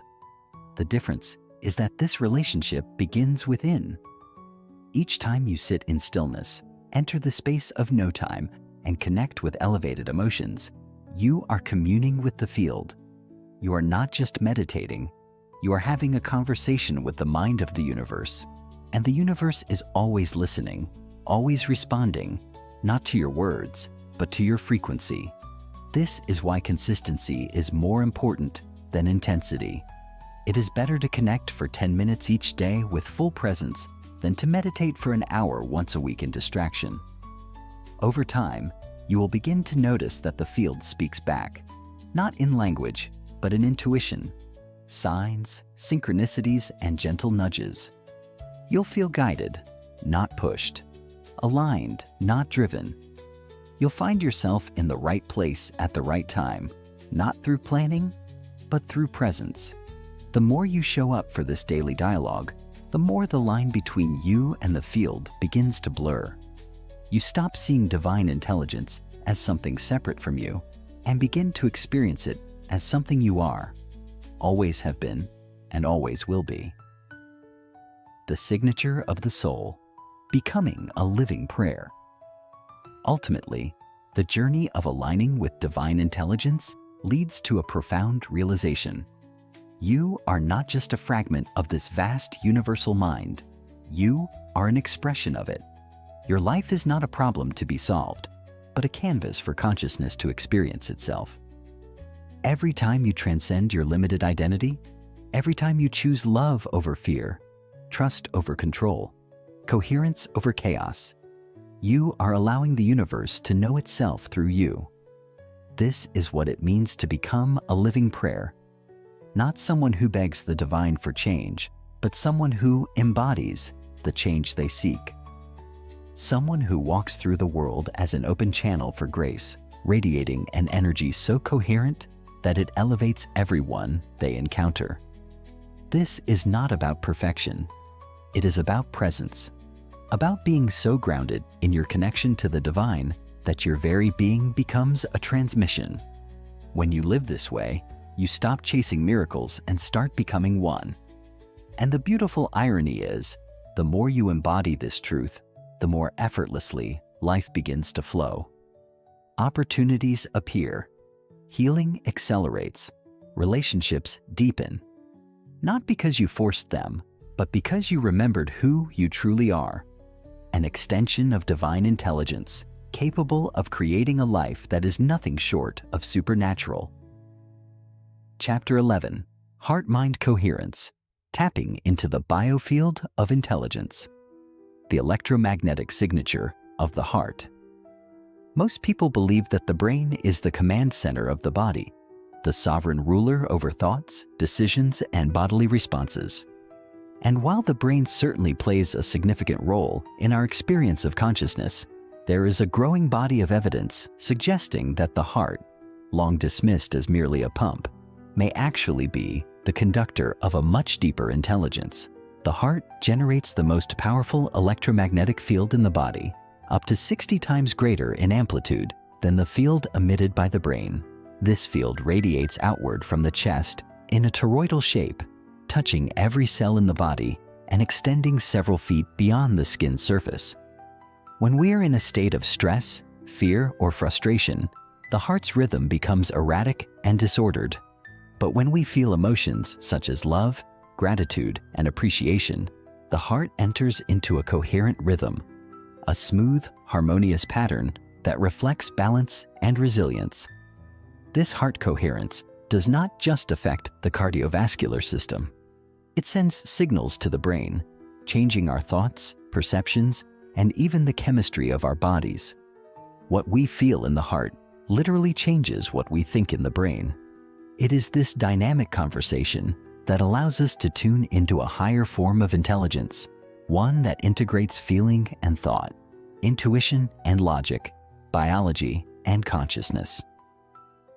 The science of coherence, bridging the gap between physiology and consciousness. Understanding coherence is not just about spiritual alignment. It's about measurable biological shifts that create the foundation for transformation. Coherence in scientific terms refers to the ordered, stable relationship between the heart, brain, and nervous system. Through tools like heart rate variability, HRV, scientists can now observe how emotional states influence physiological rhythms. When we enter into a state of elevated emotion, particularly sustained gratitude or compassion, our HRV becomes more synchronized, and the heart sends coherent signals to the brain. These signals shift the brain out of survival mode, reducing the dominance of the stress-based beta brainwaves and facilitating access to alpha and theta states, which are associated with creativity, intuition, and subconscious programming. Coherence also activates the parasympathetic nervous system, helping the body to rest, digest, and heal. But more than just promoting well-being, coherence creates the ideal internal environment for reprogramming beliefs and accessing the quantum field. When the body is in sync and the mind is quiet, we can shift out of familiar emotional patterns and into a state of open awareness, a space where transformation is not only possible, but inevitable. In this way, coherence is both a physiological phenomenon and a gateway to the mystical, creating the coherent state from thinking to feeling to being. Entering a state of coherence is not something that happens by accident. It is a deliberate choice, one that requires awareness, intention, and practice. The process begins with focus. By gently directing attention to the center of the chest and imagining the breath moving in and out through the heart, we signal the body to slow down and center itself. This act alone can begin to shift us out of stress and into presence. But the real key lies in the emotion we choose to cultivate. Once our attention is anchored in the heart space, we can begin to summon elevated emotions, not as a mental exercise, but as an embodied experience. Gratitude is one of the most powerful entry points because it is the feeling of receiving something before it arrives. When we can genuinely feel thankful for a future that hasn't yet happened, we are signaling to the quantum field that it already exists. We are aligning with the frequency of the outcome we desire. As we deepen into this emotional state, our energy becomes coherent. Our brain and heart enter into resonance, and the body relaxes into trust. With continued practice, this state of being becomes familiar, and eventually, it becomes our new baseline. No longer trapped in cycles of fear, anxiety, or limitation, we begin to embody the future we once only imagined. Living in alignment, heart-centered decision-making. Most decisions in modern life are made through the mind, through logic, analysis, and often fear-based projections of what might go wrong. But the heart offers a different kind of guidance, one that emerges not from the intellect, but from inner knowing. This intuitive intelligence is not irrational. In fact, it is deeply attuned to what is most authentic and aligned for us. When the heart and brain are coherent, communication between the two increases and intuition becomes more accessible. We begin to notice subtle signals, gut feelings, energetic nudges, or inner clarity that guide us toward choices that feel expansive rather than constrictive. Over time, we start to trust this inner compass more than external validation or societal expectations. We move through life with greater ease because we are no longer second-guessing ourselves or outsourcing our power. We become more emotionally intelligent, responding rather than reacting, and cultivating relationships rooted in empathy and resonance. When our inner state is coherent, the world around us begins to reflect that order. We attract opportunities that match our vibrational signature and create experiences that align with our highest potential. This is not magic, it is resonance. And when we live in coherence, we are no longer pushing against life. We are flowing with the deeper current of who we are meant to be. The global heart, the collective power of coherence. While heart coherence transforms the individual, its impact does not end there. Because the heart emits an electromagnetic field that extends beyond the body, our emotional states affect not only ourselves, but those around us. When a person enters a state of sustained coherence, their field becomes a tuning fork for others, influencing the environment in ways that are often subtle but profound. Studies conducted by the HeartMath Institute suggest that when groups of people come together to cultivate coherence, especially with shared intention, their collective energy can influence larger fields. In some experiments, coherent group meditation has been linked to reductions in crime rates, increased social harmony, and even shifts in planetary magnetic fields. This points to a stunning possibility that we are not separate beings, isolated in our individual minds, but nodes in a vast web of interconnected energy. When we raise our own coherence, we contribute to the coherence of the whole. In this sense, personal transformation is not a selfish act, it is a gift to the collective. As more people awaken to this truth, we begin to see the emergence of a new kind of humanity, one that is not driven by fear or separation, but by love, unity, and resonance. Each heartbeat, each moment of gratitude, each breath of intention contributes to the birth of this new world. Coherence as a daily practice. Sustaining the signal. Awakening heart coherence is not about achieving a one-time mystical experience. It is about building a sustainable lifestyle rooted in presence and intention. This means making coherence a daily ritual, something as habitual as brushing your teeth or checking your phone. Even just 5 to 10 minutes a day of heart-focused breathing and elevated emotion can create measurable shifts in your biology and energy. Over time, you will begin to notice that you are less reactive, more centered, and more in tune with the flow of life. Challenges still arise, but they do not knock you off course as easily because your nervous system has been trained in resilience. Your body begins to trust you again, and your energy becomes more magnetic. And as your baseline state becomes more coherent, your manifestations accelerate.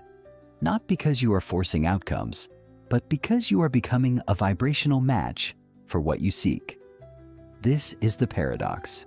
The more you focus on your inner state, the more the outer world aligns. Eventually, coherence is no longer something you do. It becomes who you are, a state of being that radiates through every interaction, every intention, and every cell of your body. And in that state, you no longer chase transformation. You become the field in which transformation naturally unfolds. Chapter 12. Rewriting the Past, Rewiring the Brain, the Science of Emotional Liberation, the Power of Emotional Memory. The concept of emotional memory is at the core of understanding how we carry the past into our present moment. Every experience we have, every encounter, every emotional reaction to an event leaves an imprint on the brain, body, and energy field. These emotional memories are not just recollections of what has happened. They are the energetic blueprints that shape how we interact with the world and how the world responds to us. Over time, these emotional patterns become entrenched in the subconscious, forming habits, behaviors, and even physical conditions. The brain's neuroplasticity, the ability to change and reorganize itself, means that these patterns are not fixed.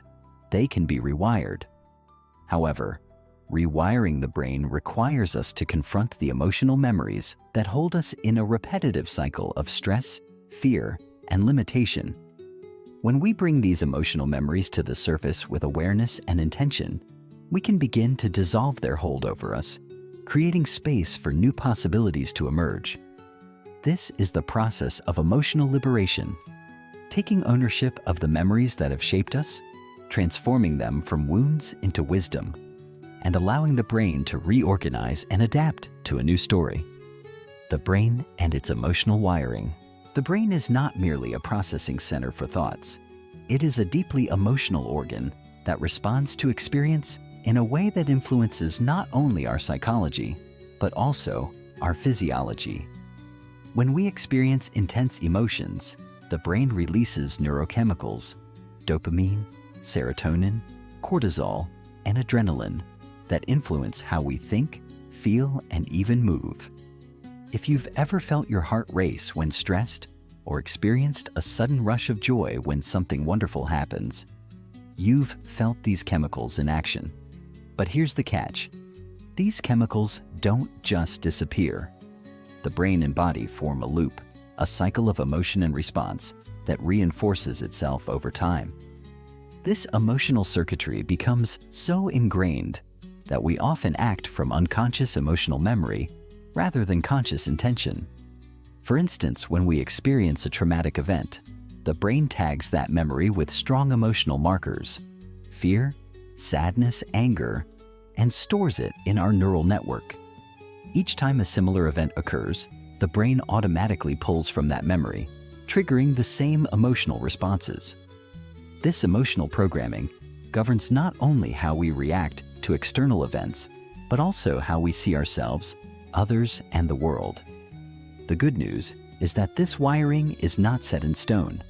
Through conscious effort, we can retrain the brain, reprogramming it to respond differently to past events and present triggers. The key is not to suppress or ignore the past, but to consciously rewrite the narrative that underlies it. The role of the subconscious in emotional healing. Much of the emotional baggage we carry is stored in the subconscious mind, which controls approximately 95% of our daily thoughts, behaviors, and actions. The subconscious mind is a repository of past experiences, beliefs, and emotions that we often aren't aware of, but that continue to influence our lives. If you've ever found yourself reacting to a situation in a way that seems disproportionate or irrational, it is often because your subconscious mind is pulling from past emotional memories that you've long since forgotten. These emotional residues, stored in the subconscious, shape our present reality by dictating how we respond to new experiences.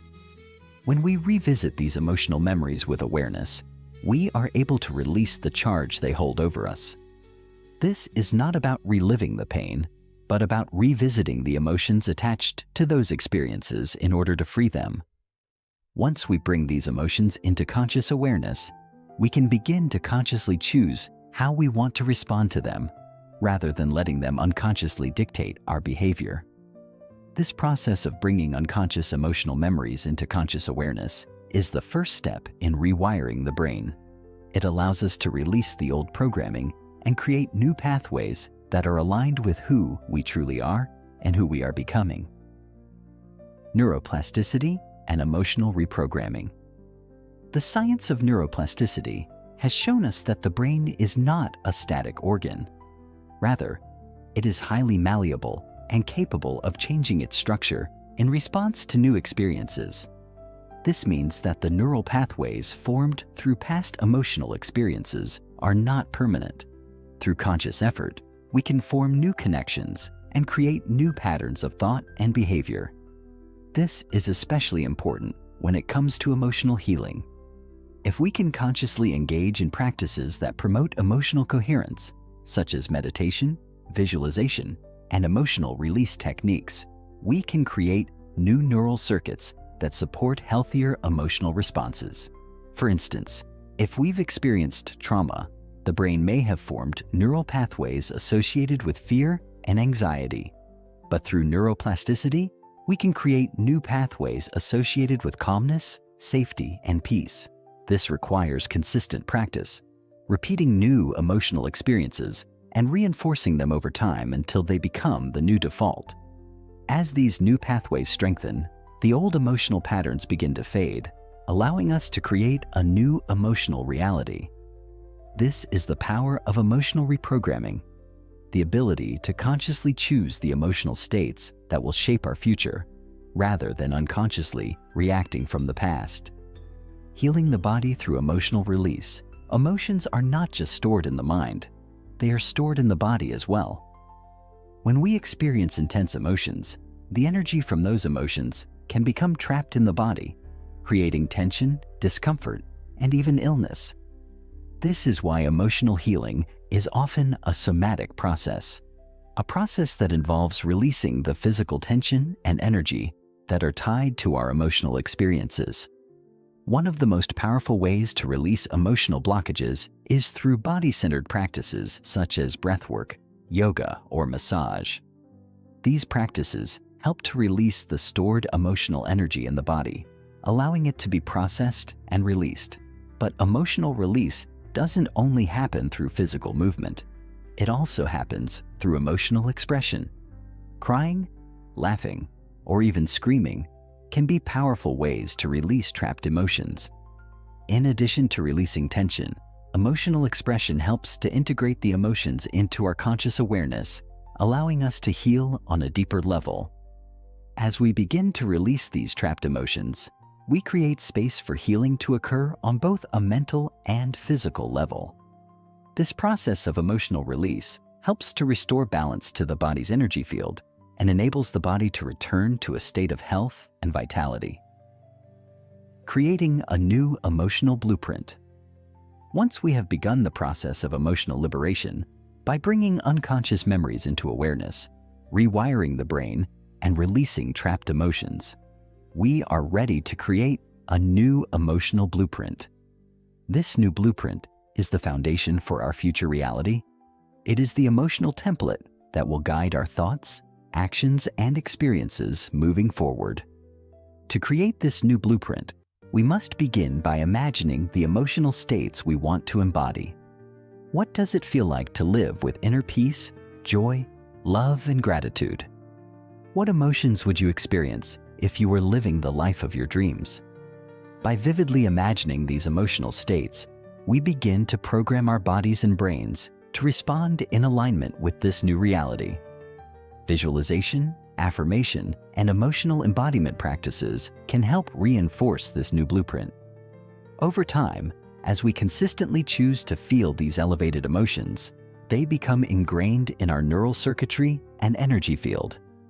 This is how we create a new emotional reality, one that is not governed by past pain and trauma, but by the elevated emotions that will lead us to our highest potential. The more we embody this new emotional state, the more it becomes our new default. And as our emotional blueprint changes, our external reality begins to shift to match it. The science of emotional liberation, from survival to creation. At the core of emotional liberation is the shift from survival to creation. Most of us have lived much of our lives in a state of survival, driven by fear, anxiety, and a constant need to protect ourselves from past pain. But survival mode is a low-frequency state. It keeps us trapped in the past, constantly reacting to old wounds. When we liberate ourselves from this cycle, we can shift into a state of creation. In this state, we are no longer driven by fear or survival instincts. Instead, we are guided by inspiration, intuition, and the elevated emotions that align us with our higher purpose. This shift is not just psychological, it is physiological. The brain and body go from a state of fight or flight to one of rest and digest, from chronic stress to relaxed coherence. In this state of creation, we become magnetic. We begin to attract the experiences, people, and opportunities that match our new emotional frequency. This is the power of emotional liberation. When we free ourselves from the emotional prison of the past, we open the door to a future filled with limitless potential. We no longer live in reaction to what has happened. We live in creation of what is yet to come. Chapter 13. The Art of Manifestation. Aligning thoughts, emotions, and energy. Manifestation is not just a concept, It is an art, a science, and a way of being. It's a process that requires more than just wishful thinking. It requires an understanding of how thoughts, emotions, and energy interact with the fabric of reality. At its core, manifestation is the act of bringing your desires into physical form by aligning your inner world with the outer world. When you align your thoughts, emotions, and energy with the frequency of your desires, you unlock the natural flow of abundance and opportunity that the universe has to offer. But understanding how this process works requires a deeper dive into the very nature of reality, energy, and consciousness itself. To begin, we must first understand the role that energy plays in the manifestation process, as everything in existence, from the most microscopic particle to the vastest cosmic structure, is composed of energy vibrating at different frequencies. Our thoughts, emotions, and energy are no exception. When we align ourselves with the frequency of what we want to manifest, we send out a signal to the universe that matches that frequency, attracting the circumstances, people, and experiences that vibrate at the same rate. The frequency of thought and emotion. Every thought we have, whether conscious or unconscious, carries a certain frequency. This frequency is not just a theoretical concept. It is a real, measurable wave of energy that affects our reality. When we think positive, empowering thoughts, our brain releases chemicals such as dopamine, serotonin, and oxytocin, neurotransmitters that make us feel good and create a state of coherence within our mind and body. This state of coherence is crucial for manifestation because it allows us to send out a clear, stable frequency into the universe, one that matches the energy of what we desire. On the other hand, when we dwell on negative, fear-based thoughts, we lower our frequency and enter into a state of dissonance. The brain releases stress hormones like cortisol and adrenaline, which create a state of tension and resistance. This resistance disrupts the flow of energy and makes it harder for us to manifest what we want because we are sending out conflicting signals to the universe. This is why it is so important to monitor our thoughts and to consciously choose thoughts that align with our desires. In order to raise our frequency, we must first identify and release the limiting beliefs and negative thought patterns that keep us stuck in a lower vibration. This involves becoming aware of the subconscious programs that drive our behavior and thought processes, as these programs often dictate the energy we emit without us even realizing it. When we free ourselves from these limiting beliefs, we can consciously choose thoughts that empower us, elevate our emotions, and raise our overall energetic frequency. The power of emotion and manifestation. Emotions are perhaps the most powerful force in the manifestation process. While thoughts provide the blueprint for what we want, it is our emotions that give that blueprint the energy to come to life. Emotions are the fuel that propels our desires into physical reality. When we feel the emotion of gratitude, love, excitement, or joy, we activate the energy of the universe and send out a magnetic signal that attracts experiences that match those emotions. For example, when we feel gratitude for the abundance we have in our lives, we are energetically sending out the message that we are open and ready to receive more abundance. The universe responds by bringing more of what we are grateful for into our lives. This is the power of emotional alignment. However, if we are constantly feeling fear, lack, or resistance, we are sending out a conflicting signal that repels the things we desire. Negative emotions act as a form of resistance, creating blockages that prevent the flow of energy and manifestation. To overcome this resistance, we must learn to cultivate and embody positive emotions on a daily basis. This requires developing emotional intelligence, the ability to recognize, understand, and manage our emotions in a way that supports our manifesting goals. By practicing gratitude, self-love, and positive affirmations, we can shift our emotional state and begin to align with the energy of our desires. Emotional coherence is key to manifestation because it ensures that we are sending out a clear, powerful signal to the universe. When our thoughts, emotions, and actions are aligned, we become a magnetic force for the things we desire. The role of energy in the manifestation process. Energy is the medium through which our desires travel into the physical realm. Everything is energy, and everything vibrates at a certain frequency.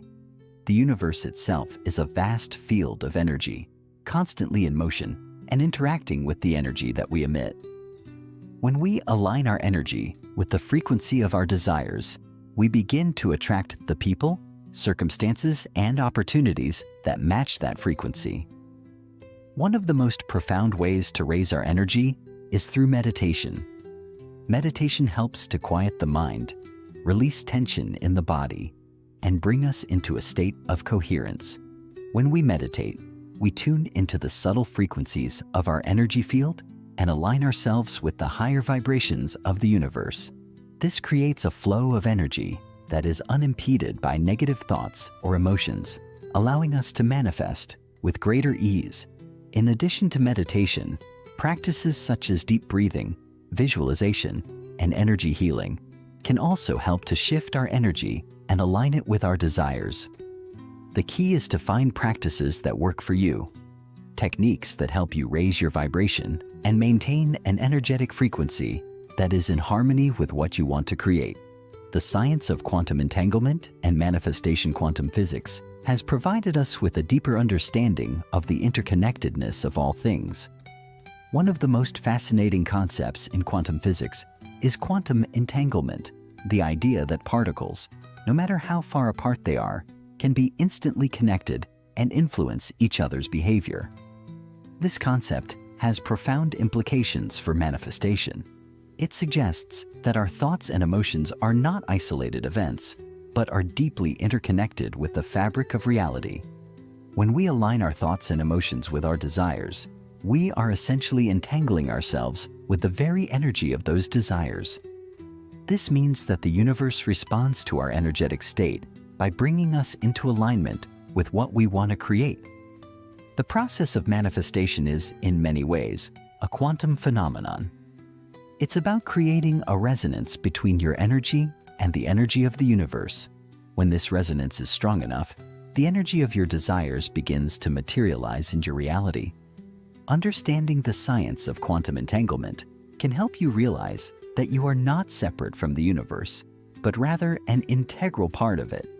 You have the power to influence the energy around you by consciously aligning your thoughts, emotions, and energy with your desires. The power of visualization and emotional alignment. Visualization is a powerful tool for manifestation because it allows you to create a vivid mental image of your desires. When you visualize your goals, you are engaging both the conscious and subconscious mind, sending out a powerful signal to the universe. But visualization is not just about seeing the end result, it's about feeling the emotion of having already achieved that result. The more you can connect emotionally with the vision of your desires, the more powerful your manifestation will be.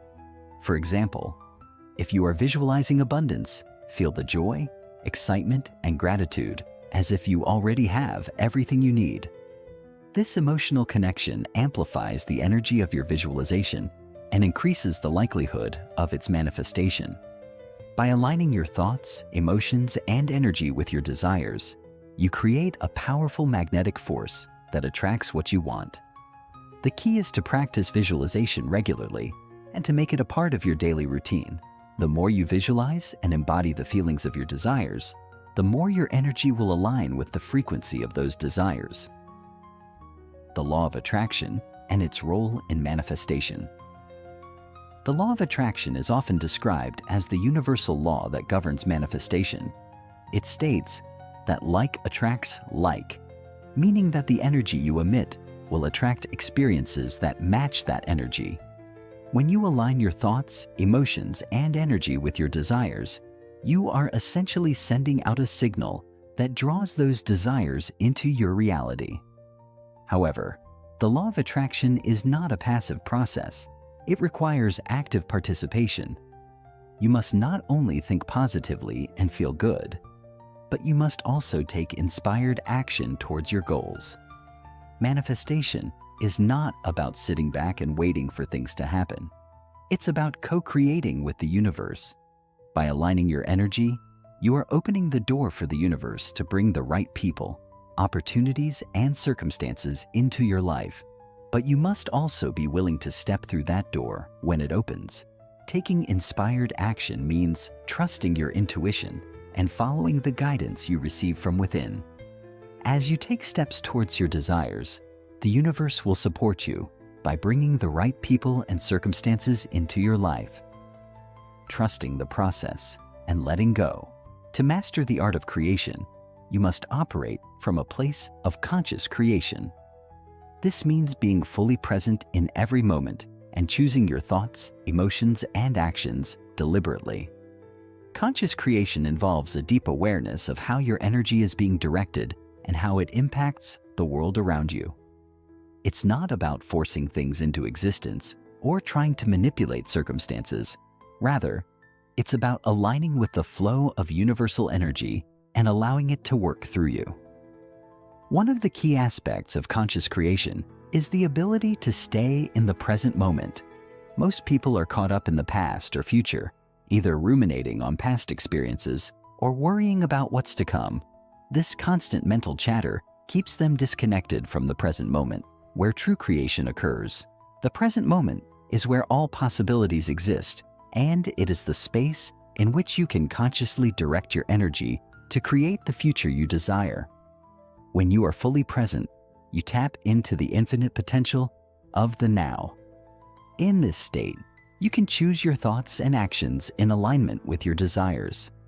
This requires you to be mindful of your inner dialogue and your emotional state. For instance, if you desire to manifest a new career, but your thoughts are focused on past failures or fears of the future, you are unintentionally creating resistance. The key to conscious creation is to focus your thoughts and emotions on what you want, not what you fear or don't want.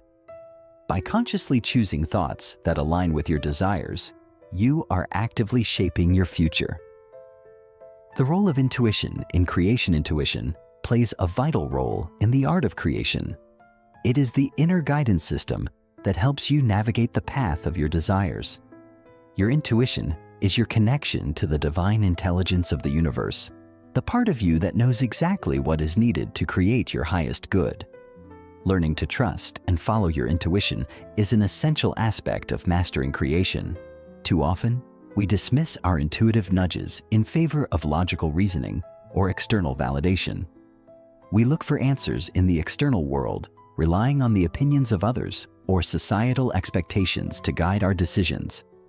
However, the most powerful answers come from within. Your intuition speaks to you through subtle feelings, gut instincts, and inner knowing. It may come as a whisper or a strong, undeniable pull, but it always guides you toward what is in alignment with your highest potential.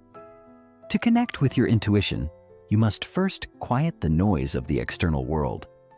This is why practices such as meditation, mindfulness, and time in nature are so powerful.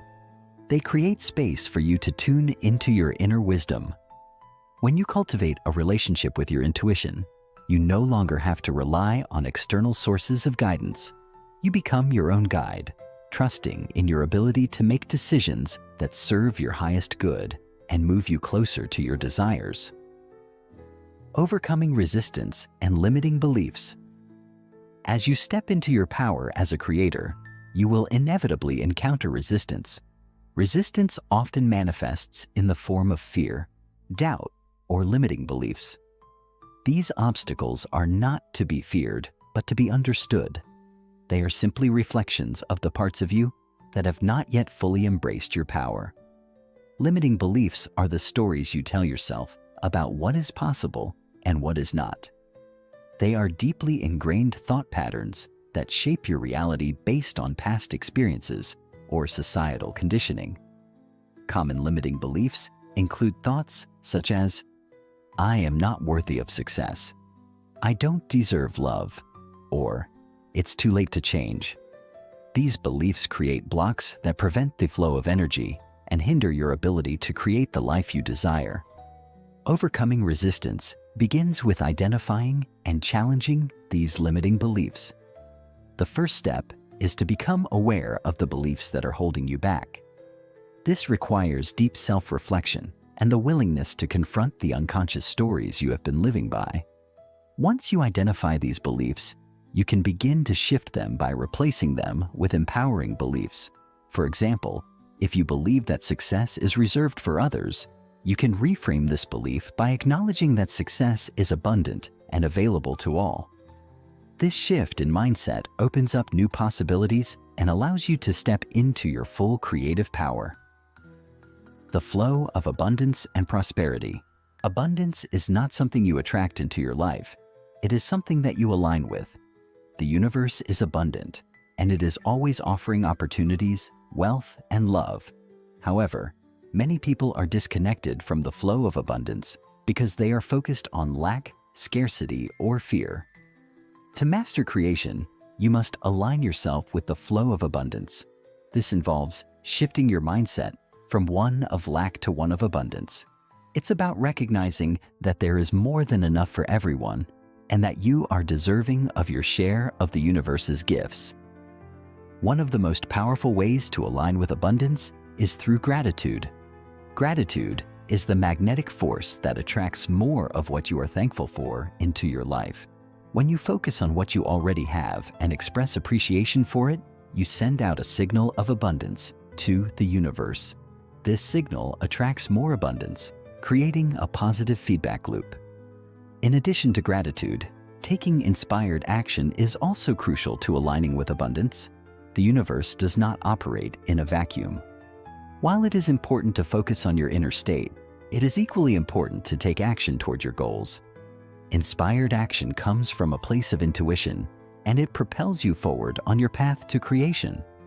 By taking steps toward your desires, you demonstrate your commitment to the manifestation process, and the universe responds by bringing the right people, circumstances, and opportunities into your life.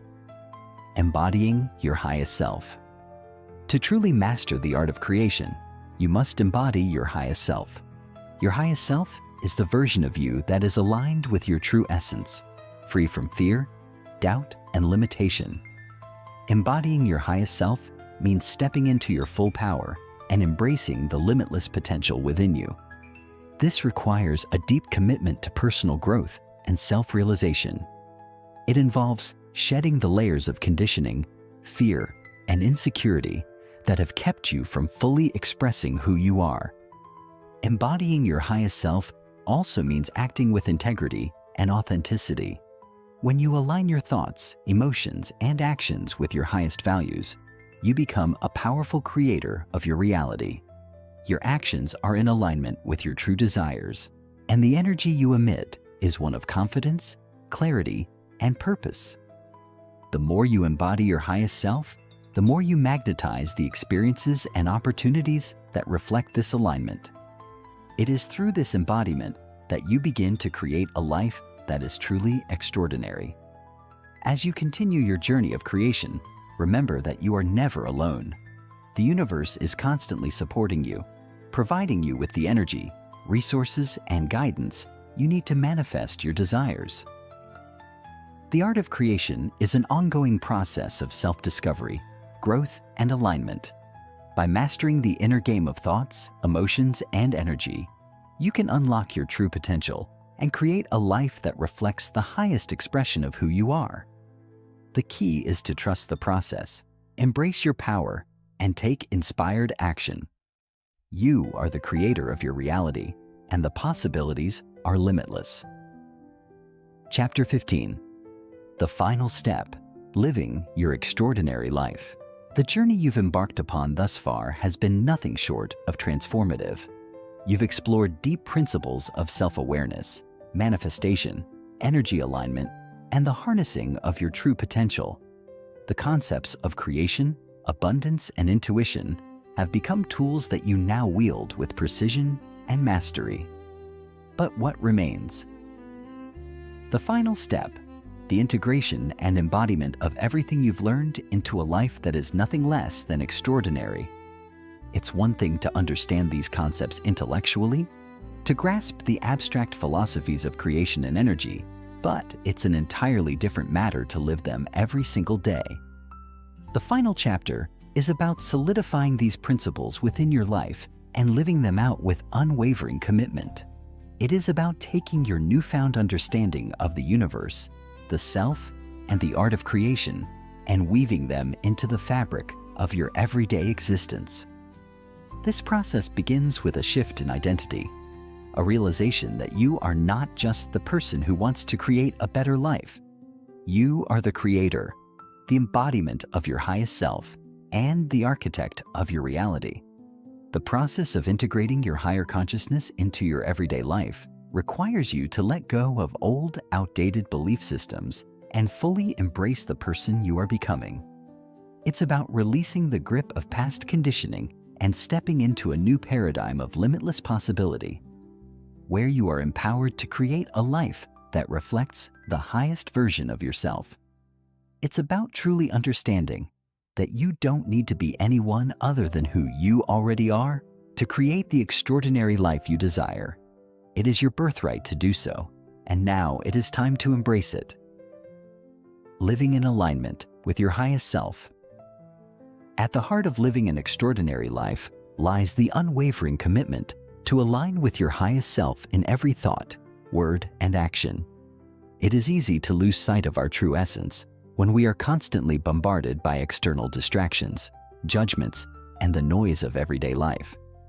But when you consistently return to the core of who you are, your highest self, you align with the source of infinite wisdom, creativity, and power. Your highest self is the part of you that knows no limits, holds no fear, and operates from a place of unconditional love and abundance. To live in alignment with your highest self is to be in harmony with the natural flow of the universe, to trust that everything you need is already within you, and that you are fully equipped to navigate the challenges that come your way. It is about choosing to embody your most authentic self, free from the constraints of societal expectations and self-imposed limitations. This alignment requires you to be present in each moment and to make decisions from a place of inner knowing, not external validation. It's about trusting your intuition, listening to the whispers of your heart, and making choices that honor your truth, no matter how unconventional they may seem. When you live in alignment with your highest self, you are no longer swayed by the judgments or opinions of others, for you know that your path is uniquely yours, and it will lead you exactly where you are meant to go. One of the most powerful ways to maintain this alignment is through daily practices that reconnect you with your inner wisdom. Meditation, breath work, and journaling are excellent tools that help you center yourself and ground in the present moment. These practices allow you to clear away mental clutter and create space for the intuitive guidance of your highest self to come through. The more consistently you return to these practices, the more naturally you will embody your highest self in all areas of your life. It becomes less of an effort and more of a way of being. As you continue to align with your true essence, you will notice that the world around you begins to mirror your inner state. Opportunities will flow more easily, relationships will deepen, and abundance will manifest in unexpected ways. This is the power of alignment. When you are in sync with your highest self, the universe conspires in your favor, supporting you in your journey of creation, stepping into your power and taking inspired action. While alignment with your highest self is the foundation, the next step is to take inspired action. You are not here to passively wait for life to unfold. You are here to create it. The act of creation requires more than just positive thinking. It requires courage, action, and a willingness to step into the unknown. Many people get caught up in the desire for perfection or the fear of failure, which keeps them stuck in a state of inaction. However, it is important to understand that action, no matter how small, is the key to moving the energy of creation.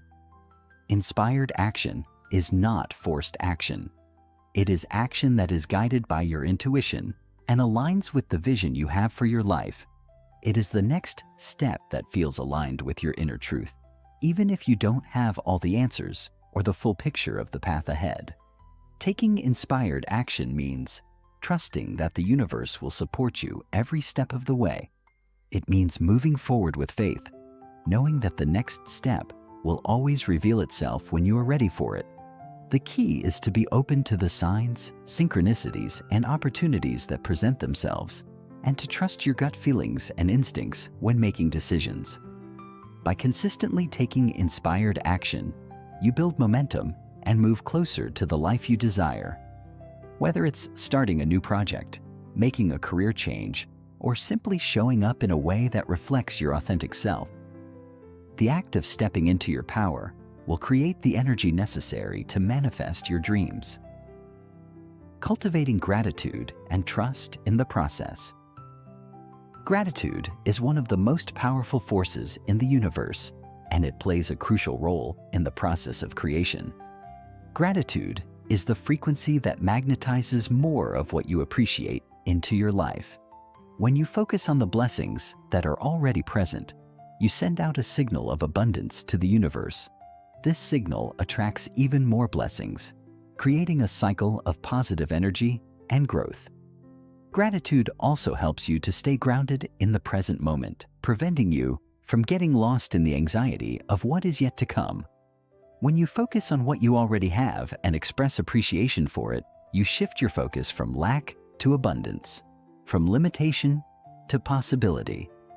Trusting the process is also essential in the journey of creation. As you begin to take action, you may encounter obstacles or setbacks. This is a natural part of the process, but it is important to remember that every challenge is an opportunity for growth. Trust that the universe is guiding you toward your highest good, even when things don't go according to plan. Surrendering to the flow of life and releasing the need for control will allow you to navigate these challenges with grace and resilience. When you trust the process, you open yourself to the limitless possibilities that await you. Living with purpose and fulfillment. The final piece of the puzzle is living with purpose and fulfillment. Purpose is the driving force that gives your life meaning and direction. It is the unique contribution you make to the world, the way you use your gifts, talents, and passions to make a positive impact. Living with purpose means waking up each day with a sense of excitement and intention, knowing that you are contributing to something greater than yourself. Fulfillment, on the other hand, comes from within. It is the sense of inner peace and contentment that arises when you are living in alignment with your truth and purpose. It is the feeling of satisfaction that comes from knowing that you are living the life you were meant to live and that you are making a difference in the world. To live with purpose and fulfillment, you must first connect with your passions and desires. What excites you? What lights you up? What makes you feel truly alive? These are the clues to your purpose. When you follow your passions and align your actions with your inner calling, fulfillment naturally follows. Living with purpose is not about achieving a specific goal or reaching a certain milestone. It is about the journey itself. It is about embracing every moment as an opportunity to grow, to contribute, and to experience the richness of life. Embracing the infinite possibilities of your life. While alignment with your highest self is the foundation, the next step is to take inspired action. You are not here to passively wait for life to unfold. You are here to create it. The act of creation requires more than just positive thinking. It requires courage, action, and a willingness to step into the unknown. Many people get caught up in the desire for perfection or the fear of failure, which keeps them stuck in a state of inaction. However, it is important to understand that action, no matter how small, is the key to moving the energy of creation. Inspired action is not forced action. It is action that is guided by your intuition and aligns with the vision you have for your life. It is the next step that feels aligned with your inner truth. even if you don't have all the answers or the full picture of the path ahead. Taking inspired action means trusting that the universe will support you every step of the way. It means moving forward with faith, knowing that the next step will always reveal itself when you are ready for it. The key is to be open to the signs, synchronicities, and opportunities that present themselves, and to trust your gut feelings and instincts when making decisions. By consistently taking inspired action, you build momentum and move closer to the life you desire. Whether it's starting a new project, making a career change, or simply showing up in a way that reflects your authentic self, the act of stepping into your power will create the energy necessary to manifest your dreams. Cultivating gratitude and trust in the process. Gratitude is one of the most powerful forces in the universe, and it plays a crucial role in the process of creation. Gratitude is the frequency that magnetizes more of what you appreciate into your life. When you focus on the blessings that are already present, you send out a signal of abundance to the universe. This signal attracts even more blessings, creating a cycle of positive energy and growth. Gratitude also helps you to stay grounded in the present moment, preventing you from getting lost in the anxiety of what is yet to come. When you focus on what you already have and express appreciation for it, you shift your focus from lack to abundance, from limitation to possibility. Trusting the process is also essential in the journey of creation. As you begin to take action, you may encounter obstacles or setbacks. This is a natural part of the process, but it is important to remember that every challenge is an opportunity for growth. Trust that the universe is guiding you toward your highest good, even when things don't go according to plan. Surrendering to the flow of life and releasing the need for control will allow you to navigate these challenges with grace and resilience. When you trust the process, you open yourself to the limitless possibilities that await you. Living with purpose and fulfillment. The final piece of the puzzle is living with purpose and fulfillment. Purpose is the driving force that gives your life meaning and direction. It is the unique contribution you make to the world, the way you use your gifts, talents, and passions to make a positive impact. Living with purpose means waking up each day with a sense of excitement and intention, knowing that you are contributing to something greater than yourself. Fulfillment, on the other hand, comes from within.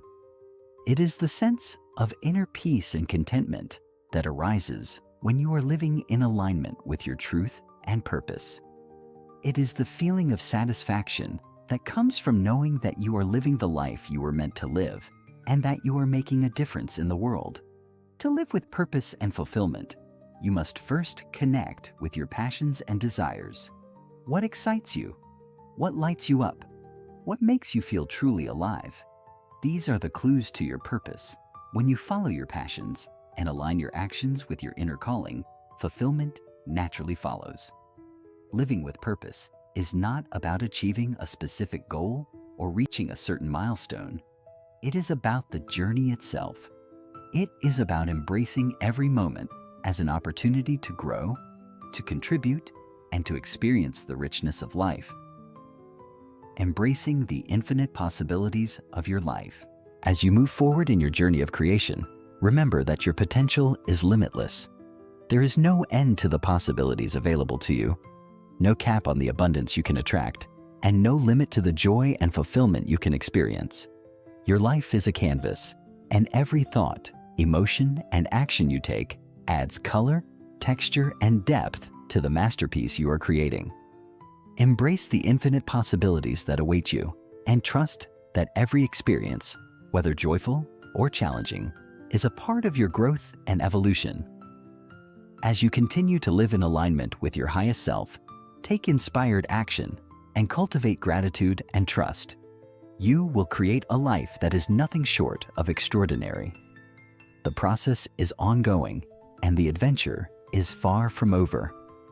There is always more to discover, more to create, and more to become. And as you step into the full expression of your true self, you will inspire others to do the same, creating a ripple effect of transformation that reaches far beyond your own life.